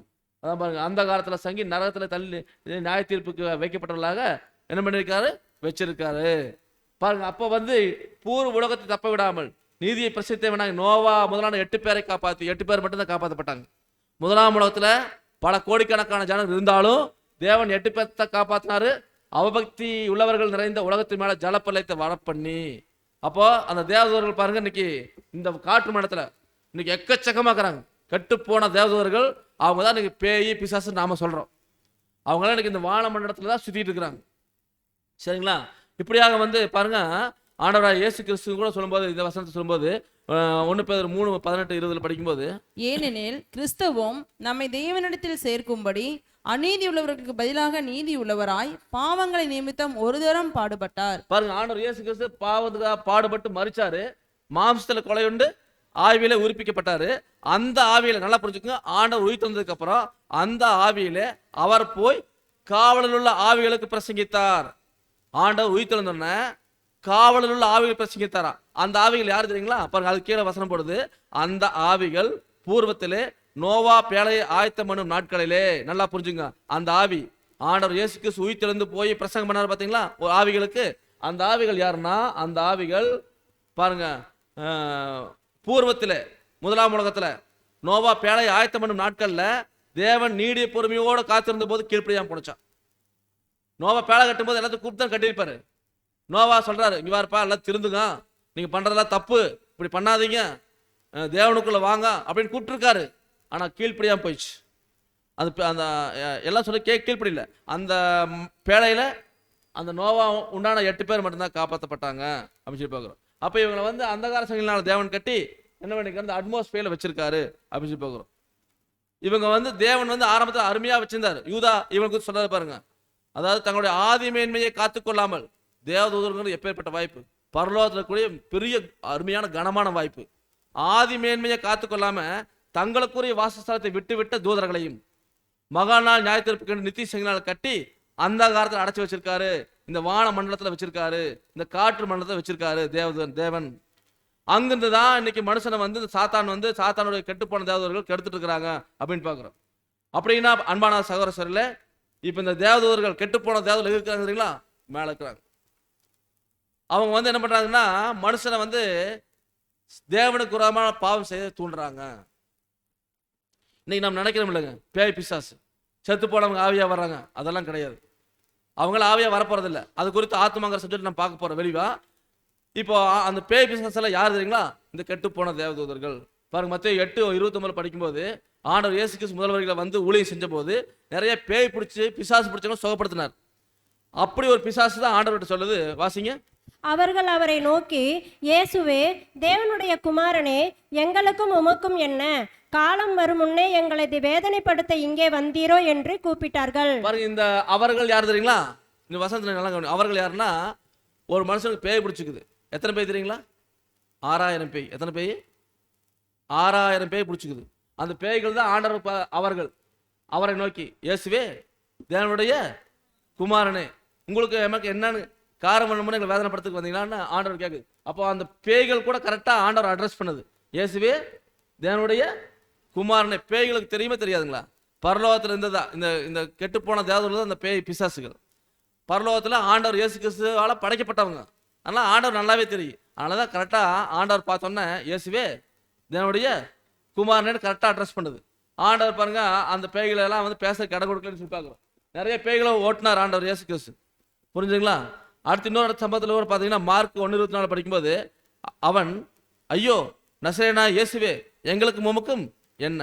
எங்களை கெடுக்கவா வந்தீங்கன்னு கேட்குறான். புரிஞ்சுங்களா? அந்த பிசாசு பிடிச்சவன். இப்படியாக வந்து அந்த பிசாசு எல்லாமே யாரும் கெட்டுப்போன தேவதூதர்கள், அசுத்த ஆவிகள், இதெல்லாமே கெட்டுப்போன தேவதூதர்கள். பாருங்க, எல்லாமே ஆண்டவர் பாருங்க தேவனுடைய குமாரன்னு தெளிவா அட்ரஸ் பண்ணது. அன்பான சார் சொல்லு பாருங்க. அடுத்தது கூட பார்க்கும்போது இயேசுவே, உன்னதமான தேவனுடைய குமாரனே, எனக்கும் உமக்கும் என்ன கேட்குது பாருங்க. எங்களை வேதனைப்படுத்திருக்கா வந்தீங்க. இப்படியாக வந்து ஆண்டவர் வந்து கரெக்டாக பாருங்க பிசாசை அடையாளம் கண்டுபிடிச்சு தோத்துறாரு. இந்த பிசாசுகள் இன்னைக்கு உலகத்தில் நிறைய இருக்கு, கெட்டுப்போன தேவதூதர்கள். அதான் படிக்கும்போது பிசாசின் தந்திரங்களோட சொல்றாரு, எழுத்து நிற்கி திராணி உலகம் ஆகும்படிக்கு தேவனை சர்வாயுத தரிச்சுக்குங்க. ஏன்னா நமக்கு யாரோட போராட்டம் இருக்குதுன்னா பாருங்க, இங்கே படிக்கும்போது பிரபஞ்சத்தின் அந்தகார லோகாதிபதிகள் வான மண்டலங்களில் பொல்லாத ஆவிகளின், இன்னைக்கு நமக்கு இந்த பொல்லாத ஆவிகளான இவங்க தான் கெட்டு போன தேவதூதர்கள். இவங்க இன்னைக்கு ஃபுல்லாக இருக்கிறாங்க, வானமண்டலம் பூரா ஃபுல்லாக இருக்கிறாங்க. இவங்க என்ன பண்ணிக்கிறாங்க தெரியுங்களா? சாத்தான் கட்டுப்பாட்டில் இருக்கிறாங்க. அவன் தான் என்ன பண்ணிக்கிறான் தெரியுங்களா? எல்லாருடைய மனதை கூடாக்கிக்கிறான். இந்த பிரபஞ்சத்தின் தேவன் எல்லாருடைய மனதை கூடாக்கி வச்சிருக்கிறான். இன்னைக்கு வந்து எல்லாரும் அவன் கட்டுப்பாட்டில் தான் இருக்கிறாங்க, சாத்தான் கட்டுப்பாட்டில். கிறிஸ்தவர்களை தவிர, உண்மையான கிறிஸ்தவர்களை தவிர எல்லாருடைய மனதை கூடாக்கி வச்சுக்கிறான். ஆண்டவர் இயேசு கிறிஸ்து சத்தியம் யாருக்கும் போகக்கூடாதுங்கிறதுக்கு வேண்டி. ஆனால் ஆண்டவர் திட்டம் என்ன தெரியுங்களா? ஏன் மனுஷனை படைச்சார் அப்படின்னு கேள்வி கேட்டா, மல்லிகை 2 பஞ்சத்தில் இருக்கிற மாதிரி தான் தேவபக்தியுள்ள சந்ததியை பெருமிடுகிறார். இன்னமும் தேவபக்தியுள்ள சந்ததியை இந்த மனு குலத்திலிருந்து எடுக்கணும். அதுக்காகத்தான் தேவன் வந்து இந்த பூமியை கொண்டு போயிட்டு இருக்காரு. முதலாம் உலகம் வந்து பார்த்தீங்கன்னா அழிஞ்சிருச்சு ஜலப்பள்ளத்தினால. பாருங்க, ஆதியாகமத்தில் படிக்கும்போது நோவாவுக்கு 600ஆம் வயதாகும் வருஷம் 2ஆம் மாதம் 17ஆம் தேதி அந்நாளில் மகாளத்தின் ஊட்டுக்கெல்லாம் பிளந்தன, வானத்தின் முதல் திறவுண்டன. தண்ணி 40 நாள் மழை பெஞ்சு ஃபுல்லாக பூமி போது நிறைஞ்சிருச்சு. அவனுக்கு 601 வயதாகும் வருஷத்துல 1ஆம் மாதம் 1ஆம் தேதியில் பூமியின் மேல இந்த ஜலம் வற்றி போயிடுச்சு. பாருங்க, அப்படின்னா எவ்வளவு நாள் தண்ணி இருந்துச்சு, அவ்வளவு தண்ணி எப்போ வத்துச்சு அப்படின்னு பார்க்கும்போது பாருங்க, அதில் பார்க்குறோம், அதாவது 1 வருஷம் 10 நாள் இந்த பூமி முழுவதும் தண்ணி இருந்துச்சு. பூமி முழுவதும் 1 வருஷம் 10 நாள் ஃபுல்லாக தண்ணி. அந்த தண்ணியெல்லாம் வற்றி தான் அப்புறம் நோவா அந்த பேழை வந்து போய் கரை இறங்கி அப்படியே காஞ்சு எல்லா ஜீவராசிகளும் புறப்பட்டு போச்சு. அப்புறம் பெருகி இன்னைக்கு இத்தனை மிருக ஜீவன்கள், மனுஷங்க எல்லாம் இருக்கிறோம். சரிங்களா? இப்போ முதலாம் உலகம் வந்து இதோட முடிஞ்சிச்சு. முதலாம் உலகம் இதோட முடிஞ்சு. முதலாம் உலகம் வந்து ஆதாம்லேருந்து நோவா வரைக்கும். அங்கே மகா பெரிய அக்கிரமம் பாவம் செஞ்சதுனால தேவதூதர்கள் மனுஷகுமாரத்தில் கூடி ராட்சசல் பிறந்ததுனால தேவன் முதலாம் உலகத்தை அழிச்சிட்டாரு. இப்படியாக முதலாம் உலகத்துக்கு ஒரு முடிவு கொண்டு வந்துட்டார். அடுத்தது ரெண்டாம் உலகம். ரெண்டாம் உலகம் என்பது நம்ம அடுத்த வாரம் நம்ம வாழ்ற உலகத்தை குறித்து பார்க்க போகிறோம். பொறுமையோடு கடவுள் தேவன் தாமே ஆசீர்வாதத்தை நடத்துவாராக. ஆமென்.